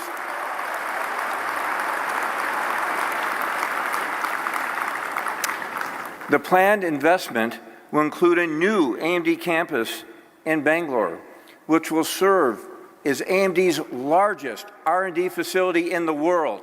These investments, AMD will further expand our R&D capabilities in India to be able to drive our semiconductor design innovation in support of the government's India semiconductor mission and drive to make India a strong semiconductor talent and nation. The Apple iPhone 15 could be the first regular mobile handset to cross the 2 lakh rupee price mark in the country. The handset is expected to be launched in September end, and according to a Barclays report, the Pro models could be $100 costlier than their predecessors. The top-end Pro Max models are likely to get a $200 price hike. This will propel the prices of the models across the 2 lakh rupee mark in India. Business Today's Danny Cyril de Cruz joining us on this. Danny, will Apple increase the prices of the next-gen iPhone? Apple iPhone 15 series will most likely launch in the month of September, but buyers may be in for a shock. The prices may go up substantially, especially for the Pro models. Barclays analyst Tim Long says iPhone 15 Pro will be $100 more expensive compared to the iPhone 14 Pro, and the Pro Max model will be a full $200 more expensive. He says the starting price of the normal Pro model will be around $1,100, whereas the Pro Max model will start at almost $1,300. So in India, Danny, will the iPhone finally breach the 2 lakh rupee price point? So let's do a little math here to understand that. The current most expensive iPhone in the country, which is the iPhone 14 Pro Max 1 TB model, sells for around rupees 1,89,900, which is roughly around $2,300. And at the same time, the model in US costs just $1,500 plus taxes. So if we just add $200 to the total price in India for the iPhone 15 Pro Max, it comes down to $2,500, which is a whopping 2,05,000. Sorry to be the bearer of bad news, but the next generation iPhones could easily breach the 2 lakh mark. All right, Danny, thanks so much for joining us on that. Netflix is not the only one cracking down on password sharing. Agency reports say Disney Hotstar could also clamp down on the practice in India very soon.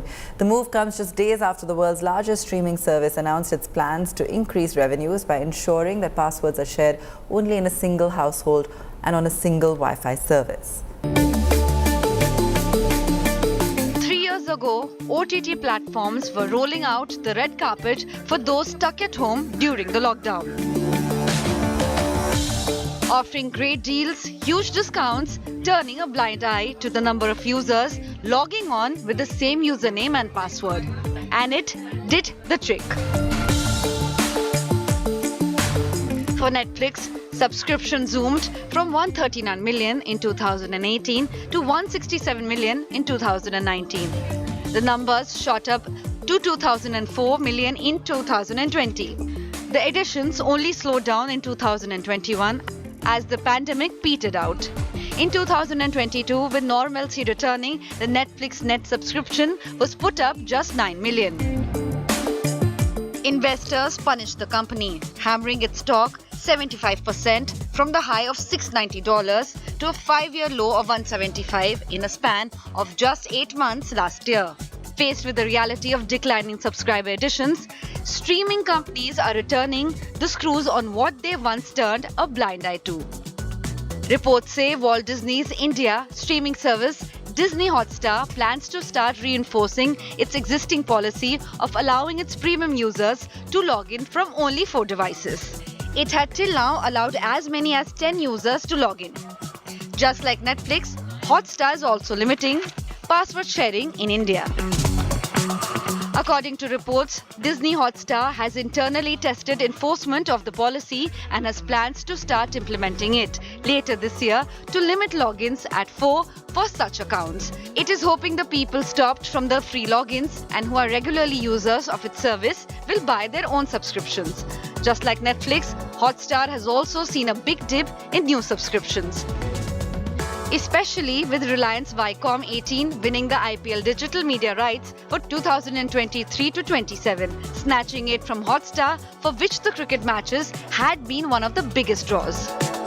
Reports say the new planned restriction will also apply to Hotstar's cheaper plan, which will limit the usage across 2 devices.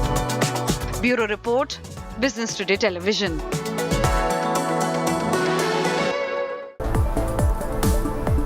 That's where we leave it on the show tonight. Thanks so much for watching.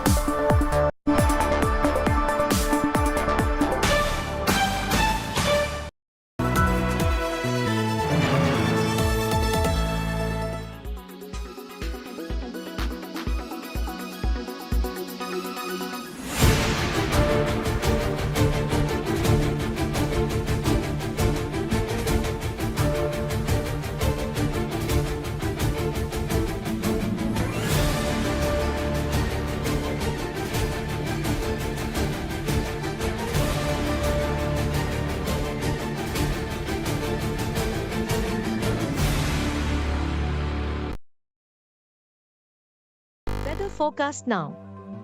Delhi, maximum 33 and minimum 27 degrees. Mumbai, maximum 27 and minimum 25 degrees. Kolkata, maximum 33 and minimum 26 degrees. Bangalore, maximum 27 and minimum 21 degrees. Chennai, maximum 35 and minimum 27 degrees. Hyderabad, maximum 26 and minimum 22 degrees.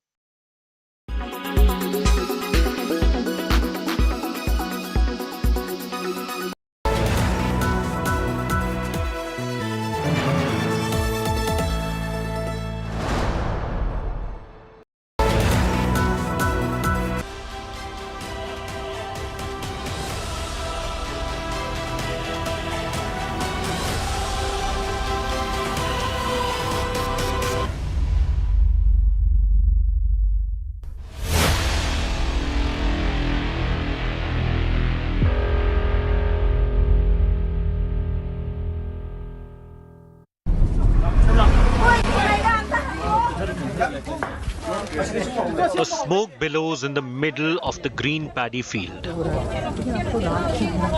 It reaches up in the sky to the clouds overhanging.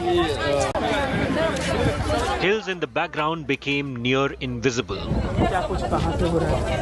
As you can see, in that particular hill, there are there are places where they allegedly set fire on some places, and which is why very heavy smokes are billowing out.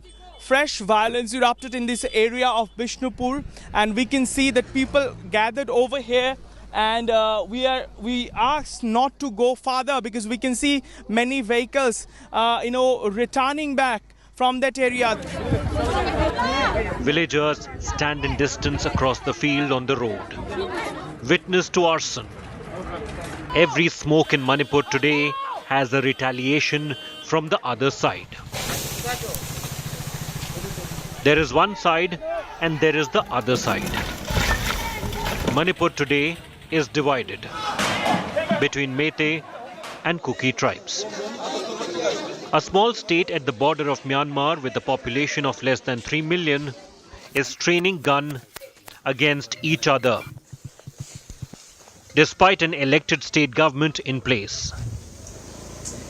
It's a state today where homes are no longer safe. Because of certain Kuki militants who have been burning our villagers and their homes, we have been forced to take up this agitation. We want peace in Manipur. Sexual violence against women has become weapon where fire fails to reach. कभी देखा भी नहीं है, कभी सोचा भी नहीं है, इसलिए मैं बहुत दुख के साथ इतना मैंने जो फौज के अंदर ही देश सेवा किया है, लेकिन मैं रिटायर आने के बाद अपना फिर भी बोलना चाहता हूँ, अपना परिवार, अपना घर, अपना गांव, अपना बीबी इज्जत भी बचा नहीं पाया, ये दुख के साथ कहता हूँ. Students have left books and picked up guns instead to defend and protect. Launching का है, आप क्या करते हो? हम पढ़ाई कर रहे हैं बेटा. कौन से क्लास में? बीए. बीए पढ़ रहा है. कहाँ पढ़ते हैं आप? कहाँ पढ़ाई करते हैं? अभी डॉन बॉस्को मराम में. Don Bosco Imphal? No Maram. अच्छा, यही इसी कांगपोकपी? सेनापति साइड. सेनापति डिस्ट्रिक्ट कांगपोकपी ना, या दूसरा डिस्ट्रिक्ट है? सेनापति डिस्ट्रिक्ट में. सेनापति में. अच्छा, इससे ऊपर हिल्स पे. तो कितना दिन हुआ कॉलेज बंद हुए? कॉलेज बंद है या छुट्टी करके आया? बंद है अभी तो. कॉलेज बंद है. आपके घर में कौन कौन है? और मामी भाई लोग हैं. भाई लोग. वो आपको बोला नहीं कि कहाँ जा रहे हो ऐसे वेपन लेके? बोला है. आप उनको क्या बोलता है? ड्यूटी के लिए जा रहा है. ड्यूटी के लिए. ये गन कभी चलाया था पहले? हाँ सर. कब चलाया? और गांव में टेस्टिंग के लिए. टेस्टिंग के लिए चलाया. तो टेस्टिंग में इतना प्रैक्टिकल हो गया कि इधर बंकर पे आ गया? ऐसा. डर नहीं लगता ऐसा गन चलाने में? नहीं लगता है. नहीं लगता. ये झटका लगता है ना गोली चलाते समय? हाँ, थोड़ा थोड़ा. The fight goes on in broad daylight. What we are given to understand, since Thursday morning and since the wee hours, there are gunfights have been reported and forces are trying to disengage both the communities, both the people and the people engaging themselves in gunfight. They are trying to disengage themselves. And in the night, Manipur is burning for months now. By now, many of them would have been in colleges or universities, but for now, they are carrying guns. The village territory is remain in the same district, have all of a sudden become a border, become a buffer zone, and yes, line of control. A playing zone has become a war zone in this territory, in this part of Manipur. And all that I see, the government has totally turned their eyes blind. Can't they see what is happening in the state of Manipur? Who will resolve this crisis? These people, these young boys who have picked up guns today, they have been living with the other communities over the decades, playing together, eating together. But for now, they have tainted gun against each other. When will this situation come to normal? Many of them want a normal life, but the situation is absolutely normal. In Manipur, it's a war zone. And that's exactly why India Today bringing you all sides of story, showing you the realities. And this is to open the eyes of the system at the highest level. Friends have turned enemies, even when they are sitting thousands of kilometers away in the national capital. Friends among our circle who belongs to the Meitei community. Right now, we can't really get in touch with them because the divide that the current mayhem created in us is so deep. It looks like we can't really get into each other friendship zone anymore. So there is a total separation in the individual level as well. Sad to say that, we are not much in contact with our Meitei friends anymore. I was from GNV, so I had quite a close friend from the Meitei community. But after this violence had broke out, we didn't talk to them anymore. And yeah, it's quite sad that even our friendship had to be separated. In Manipur, couples from inter-community marriage have been separated. हमारी परिवार इम्फाल में रहते थे. हम एक मेइतेई से शादी किया था और हम गेम विलेज में रहते थे. हमारी सासू माँ, हमारी हस्बैंड और हम हमारी दोनों बच्चे हैं, हम पांच लोग रहते थे। जो लड़ाई है मई 3 में हुई थे और हमको पता चला, लेकिन हमने सोचा कि हम एक मैते से शादी की है, हम एक मैते हो गए हैं, हम मैते के साथ रहेंगे। लेकिन उन लोगों ने हमारे जब आधार देखी है, उन लोगों ने कहा कि इस आधार में तुम्हारा नाम कुकी का नाम है, मैते का नाम नहीं है, इसलिए हमारे साथ नहीं रह सकते। 1 महीने हो गए हैं, हम बातचीत नहीं की। क्यों? फ़ोन कॉल नहीं चल रहे हैं, उसके फ़ोन को स्विच ऑफ में है। वो पता नहीं क्या हुआ, उसके हालात कैसे हुए हैं, किस हालात में वो रहती है। हस्बैंड और हमारी सासू माँ। She is 8 months pregnant and the Meitei Kuki couple has 2 more children. एक दिन ईश्वर ने इजाज़त दी तो हम एक दिन उन लोगों से मिल पाए, और चिंता नहीं करने के लिए हम कहना चाहते हैं। Excuse me. An 18-year-old was abducted and raped, scarred for the rest of her life.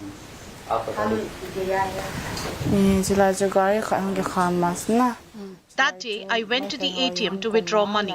It was evening, but before I could get in, a vehicle came and stopped near me.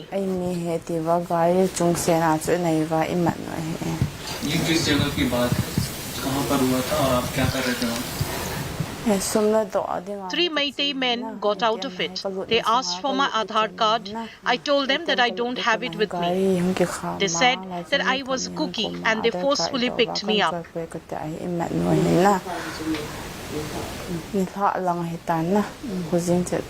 A number of men and women attacked me. I lost count of them. They beat me up severely. क्या ये पहचानती थी वो कौन लोग थे? I've never seen them before that evening. हमको लेने गया तो मेरे को वांखे ना वांखे में ले गया तो मेरे पाई भी लोग हम लोग लड़की लोग ने हमको मारा पहले, तो बाद में लड़का लोग ने मारा बोला। मदद मांगे, पुलिस भी नहीं आया, तो हम मदद मांगते वो लड़का लोग ने हमको मारने की कोशिश कर रहा था। तो हम मदद ऐसी रोते तो कोई आता नहीं है, तो बाद में जे माटी मर जाएगा, सचमुच मर जाएगा, तो हम दूसरा जगह में लेने गया है बोला। भीड़ ज्यादा, कितने लोगों की भीड़ थी वहाँ पर जो अचानक से अटैक की? I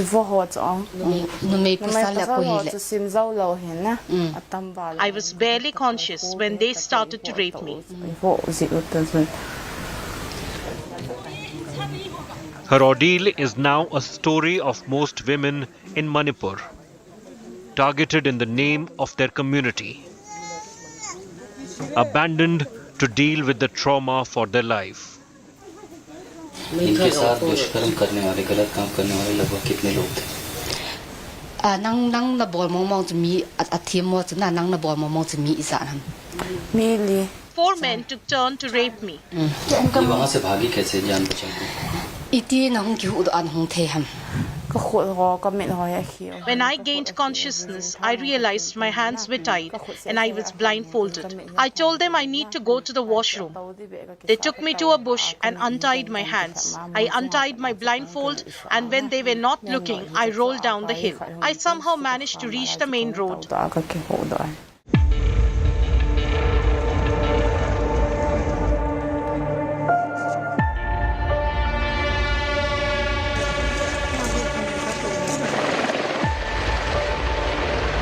Waiting for justice, her trial begins even before the scar is healed. No one is safe in Manipur anymore.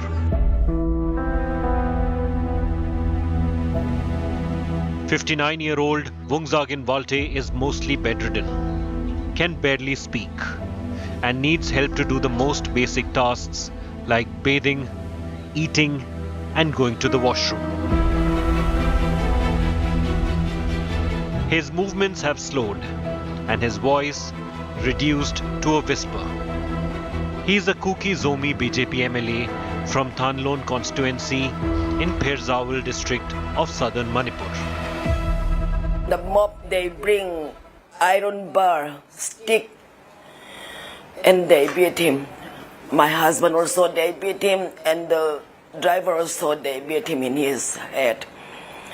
And after 2 days, the driver was no more. This three-time MLA and former Tribal Affairs Minister Walte was airlifted and brought to the national capital for treatment. Was there nobody there to protect him? Nobody raised an alarm? Only his personal security officer, only one is there. He ran away? Yeah, the Rambai Tengol told to the PSO that if you want to live for your life, you should run away. So there is no other option for the PSO. So he ran away from the spot and he went to the police station nearby. So when he went to the police station nearby, there is no one to help him. The assault left Hunzagin Walte paralyzed from the left side. There is no message. No message. And his friends, his colleague, all the other cabinet minister, MLS, no message. I want to tell him down, down, down. Everything. You have no faith left in him? Yeah. The fire has spread across to the neighboring state of Mizoram as Meiteis seek refuge there. In the state of Mizoram, we are here in Sakurdoi area, which is barely 10 kilometers away from the Manipur border, and we are at a relief center. This is a temporary relief center that have been created where the government and local NGOs like YMA are providing assistance to all those people who literally ran for their lives when the violence first broke out in neighboring Manipur, and they crossed the border somehow, they crossed the rivers. It's a treacherous terrain. It's peak monsoon now, and they're all taking shelter in relief camps like these in very, very difficult conditions.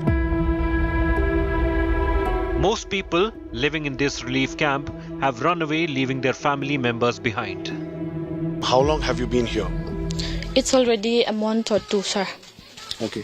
And you told me that you are here with your grandmom. However, your mom and dad, your parents and your siblings are still back home in Churachandpur. Why did your parents decide to send you here? Because they are concerned about our safety. Mm-hmm. And how did you manage to come here? Because my grandmother is not healthy enough. That is why we decided to come here. She's scared. How did you manage to come here? How did you come? By truck. Just hop in a truck. It's been a month and there has been little communication with their families, friends and relatives. Their future is in limbo, and some don't even want to return to Manipur anymore. You're stuck here in a relief camp. Yes, we finished doing our admission now, but then I don't know where are we going to start our college. Mm. They say we will start our college in August, but then I don't know how the condition right now. It's difficult. Mm. So there's a lot of uncertainty about your own studies. You're not very sure when you will be able to go back and when you will be attending your college. But as far as, life here in the relief camp is concerned, you're one of those, many internally displaced people who have taken shelter here in Mizoram. Are you getting enough at this relief camp, the basic amenities? Yes, sir. We're getting enough shelter, the food, all those necessary things. Those leaders now, they give us.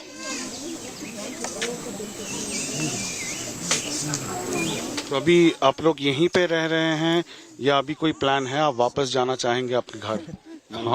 नहीं, हम तो इधर ही बैठेगा। क्यों मणिपुर वापस नहीं जाएंगे? नहीं जाएगा। क्यों? डर लगता है। तो यहाँ पे अभी रिलीफ कैंप में तो काफी तकलीफ हो रही है आप लोगों को रहते तो हो रहा है, क्या करेगा, तकलीफ होने से भी तो करना तो पड़ेगा। इसलिए क्या क्या तकलीफ है? तकलीफ तो एक तो अपना घर में खाना जिसे खाता है इसे तो सोचो 50 आदमी का अंदर में तो इसे खाना नहीं होता है ना। 50 आदमी का अंदर में जैसे बनाता है वैसे खाने पड़ता है। काम धंधा क्या करते थे वहाँ पे? बम्बू करता है। तो अभी यहाँ पे क्या करेंगे? यहाँ क्या करेगा? वो तो कभी कभी आदमी का बगान में काम करता है, वो काम करके थोड़ा सा कमा लेता है और तो कभी कभी नहीं मिलता है, ऐसे ही बैठ के रहता है। Facilities are very basic. Living in makeshift rooms. 2 meals are cooked daily for the 60 odd Manipuri displaced people in this relief camp in Mizoram. So how many times do you get food? For breakfast, what do you get? Breakfast, we don't have breakfast here. Okay. It's sometimes we just make red dinner and then we get our food by 7 to 8, and then we don't have lunch, no lunch. So basically you have a heavy meal right in the morning with rice and porridge or whatever you get. Then you don't get lunch. Yes. And then for dinner? For dinner, no, we don't have dinner, just heavy meal. What do you get? Same rice? Yes, same rice. So basically 1 meal in the morning and 1 meal at night. Yes, sir. So I can see these solar panels and there are basic bulbs and all these things are there. So it clearly shows that there is, paucity of electric supply, right? Yes, because there is no electricity right now. So how often do you get electricity at the camp? It's not fixed. Sometimes you get 4 hours or 2 and then went off and then it came again. All through the day there's no electricity? Yes, sometimes. Okay. So you have these kind of solar panels to help you charge your phone and other stuff? Yes, sir. Unlike some of the relief shelters in Imphal Valley in Manipur, which is located in the valley, of course, in a strategic location and is getting full support of the government administration. Here on the other side, across the border in Mizoram, in remote areas like these, where relief shelters, temporary relief shelters like these have come up, there is very little basic amenities. It's peak monsoon right now. It's raining very, very heavily. This, of course, is in Sakordoi area, which is just barely 10 kilometers away from the Manipur border. And it has very basic amenities. We were speaking to the inmates here at the relief camp, and this is what we could find. The Mizoram government, of course, providing assistance. We could see, if my camera person can come close and show, there is a little bit of supply of basic essentials. There are pulses here, dal. I can see some rice here and potatoes. So very basic food supply. And what inmates have been telling us is that they only get 2 meals a day, one in the morning, no lunch, and one at night. So the administration here, the government, the Mizoram government, of course, trying to help these refugees who have come into Mizoram, set up these shelter camps in various locations. And they are also being provided assistance by various NGOs, specifically the Young Mizo Association, which is very, very influential and prominent. However, given the look of the things here, it clearly shows that it's a humanitarian crisis that's unfolding. All these relief camps are filled with women and very, very young children, and they need basic health care and proper nutrition. And that precisely is the concern right now, because Mizoram is already dealing with a refugee crisis for the last 1 year, because there is a huge influx of refugees from Myanmar. And the Mizoram government has clearly stated that there won't be any pushback, that because they share similar ethnicity and cultural ties and familial ties, therefore the refugees from Myanmar have also been provided shelter in Mizoram. So on one hand, refugees from Myanmar and also fresh influx of refugees from Manipur has created quite a difficult situation for Mizoram to manage, for which therefore they are seeking central assistance, and they say that it's hard to come by, that yet not received the state of Mizoram.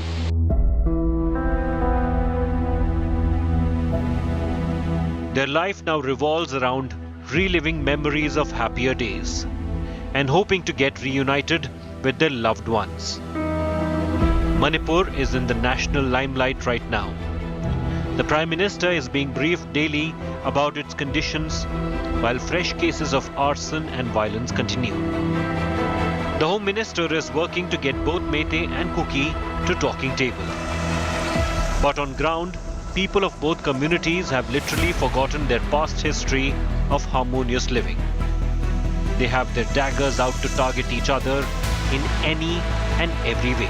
It's midnight here in Imphal. Probably entire nation is having a good and sound sleep. All I see, the women from the Meitei community in the valley, in the capital, are sitting here on the road. The Maira, Paibi, these women who have been the torchbearer for the women's rights are yet again on the field, and here they are protecting their village, their family, their children from, as they call, anti-social elements, again, narco-terrorism, and especially because of the enmity that has triggered in last 3 months between Kuki and Meitei. They accuse that probably the other community people can mix up with them and trigger violence. This is a volcanic situation where you see the women in the midnight guarding their territory, the bordering of their village. And this is not only the young women, but also the elderly, the senior citizens from the family member.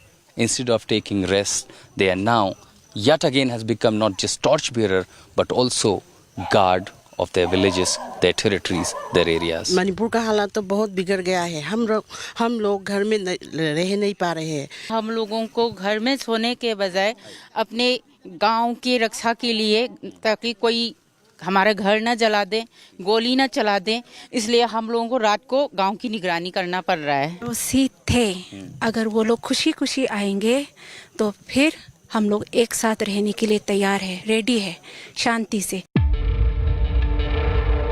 And with that, the fire burns Kangle Park, and Manipur becomes a bloody blot in the northeast peace process.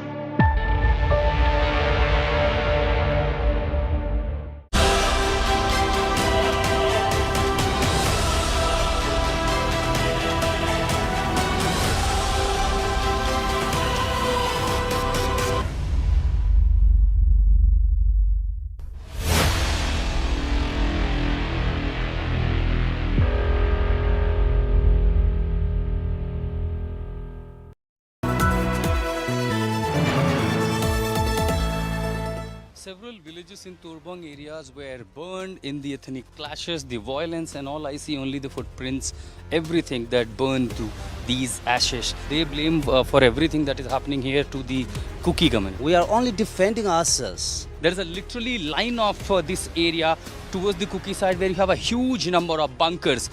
No one could ever imagine that in a state, in the same country, in the same district, we will ever see such situation which has become a battlefield. And I could say this is a war zone in Manipur. Grounded in journalism, on the ground reporting, only on India Today TV.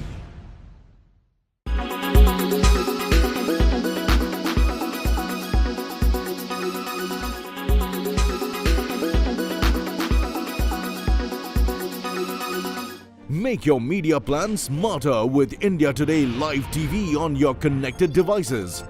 Amplify your brand with 100 million smart internet viewers. To advertise, mail us at sales@aajtak.com.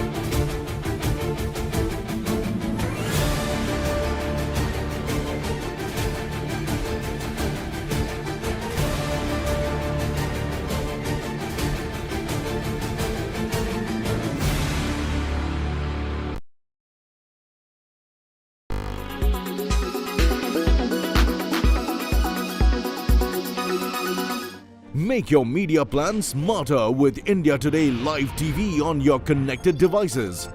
Amplify your brand with 100 million smart internet viewers. To advertise, mail us at sales@aajtak.com. A few years ago, Mark Zuckerberg and Facebook pivoted from Facebook to Meta. You were drawing out this grand vision of a metaverse, whereas the real revolution seems to have been in artificial intelligence.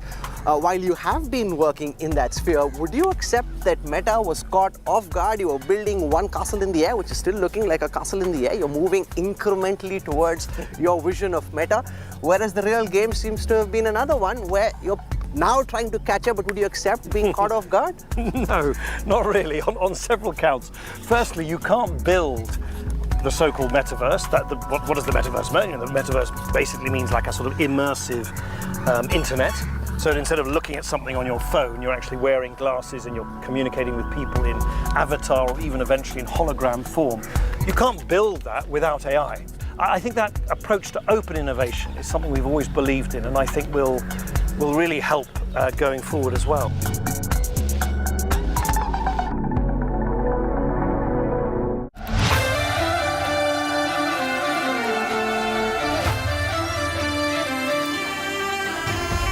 What's life without one's passion for its craft is exactly what Karan Johar proves time and again with his cinema. And now that he's returned to direction after a gap of 7 years, we on India Today will bring you the magic that he wants us all to relive. Hello and welcome. You're watching In the Club. I'm Dipali Patel, and like I said, in the next 30 minutes, I'm going to talk about Karan Johar and his cinema, but starting with Rocky Aur Rani Ki Prem Kahani, which not only has reunited him with his favorite muse Alia Bhatt, but has also got him to work with the vivacious Ranveer Singh.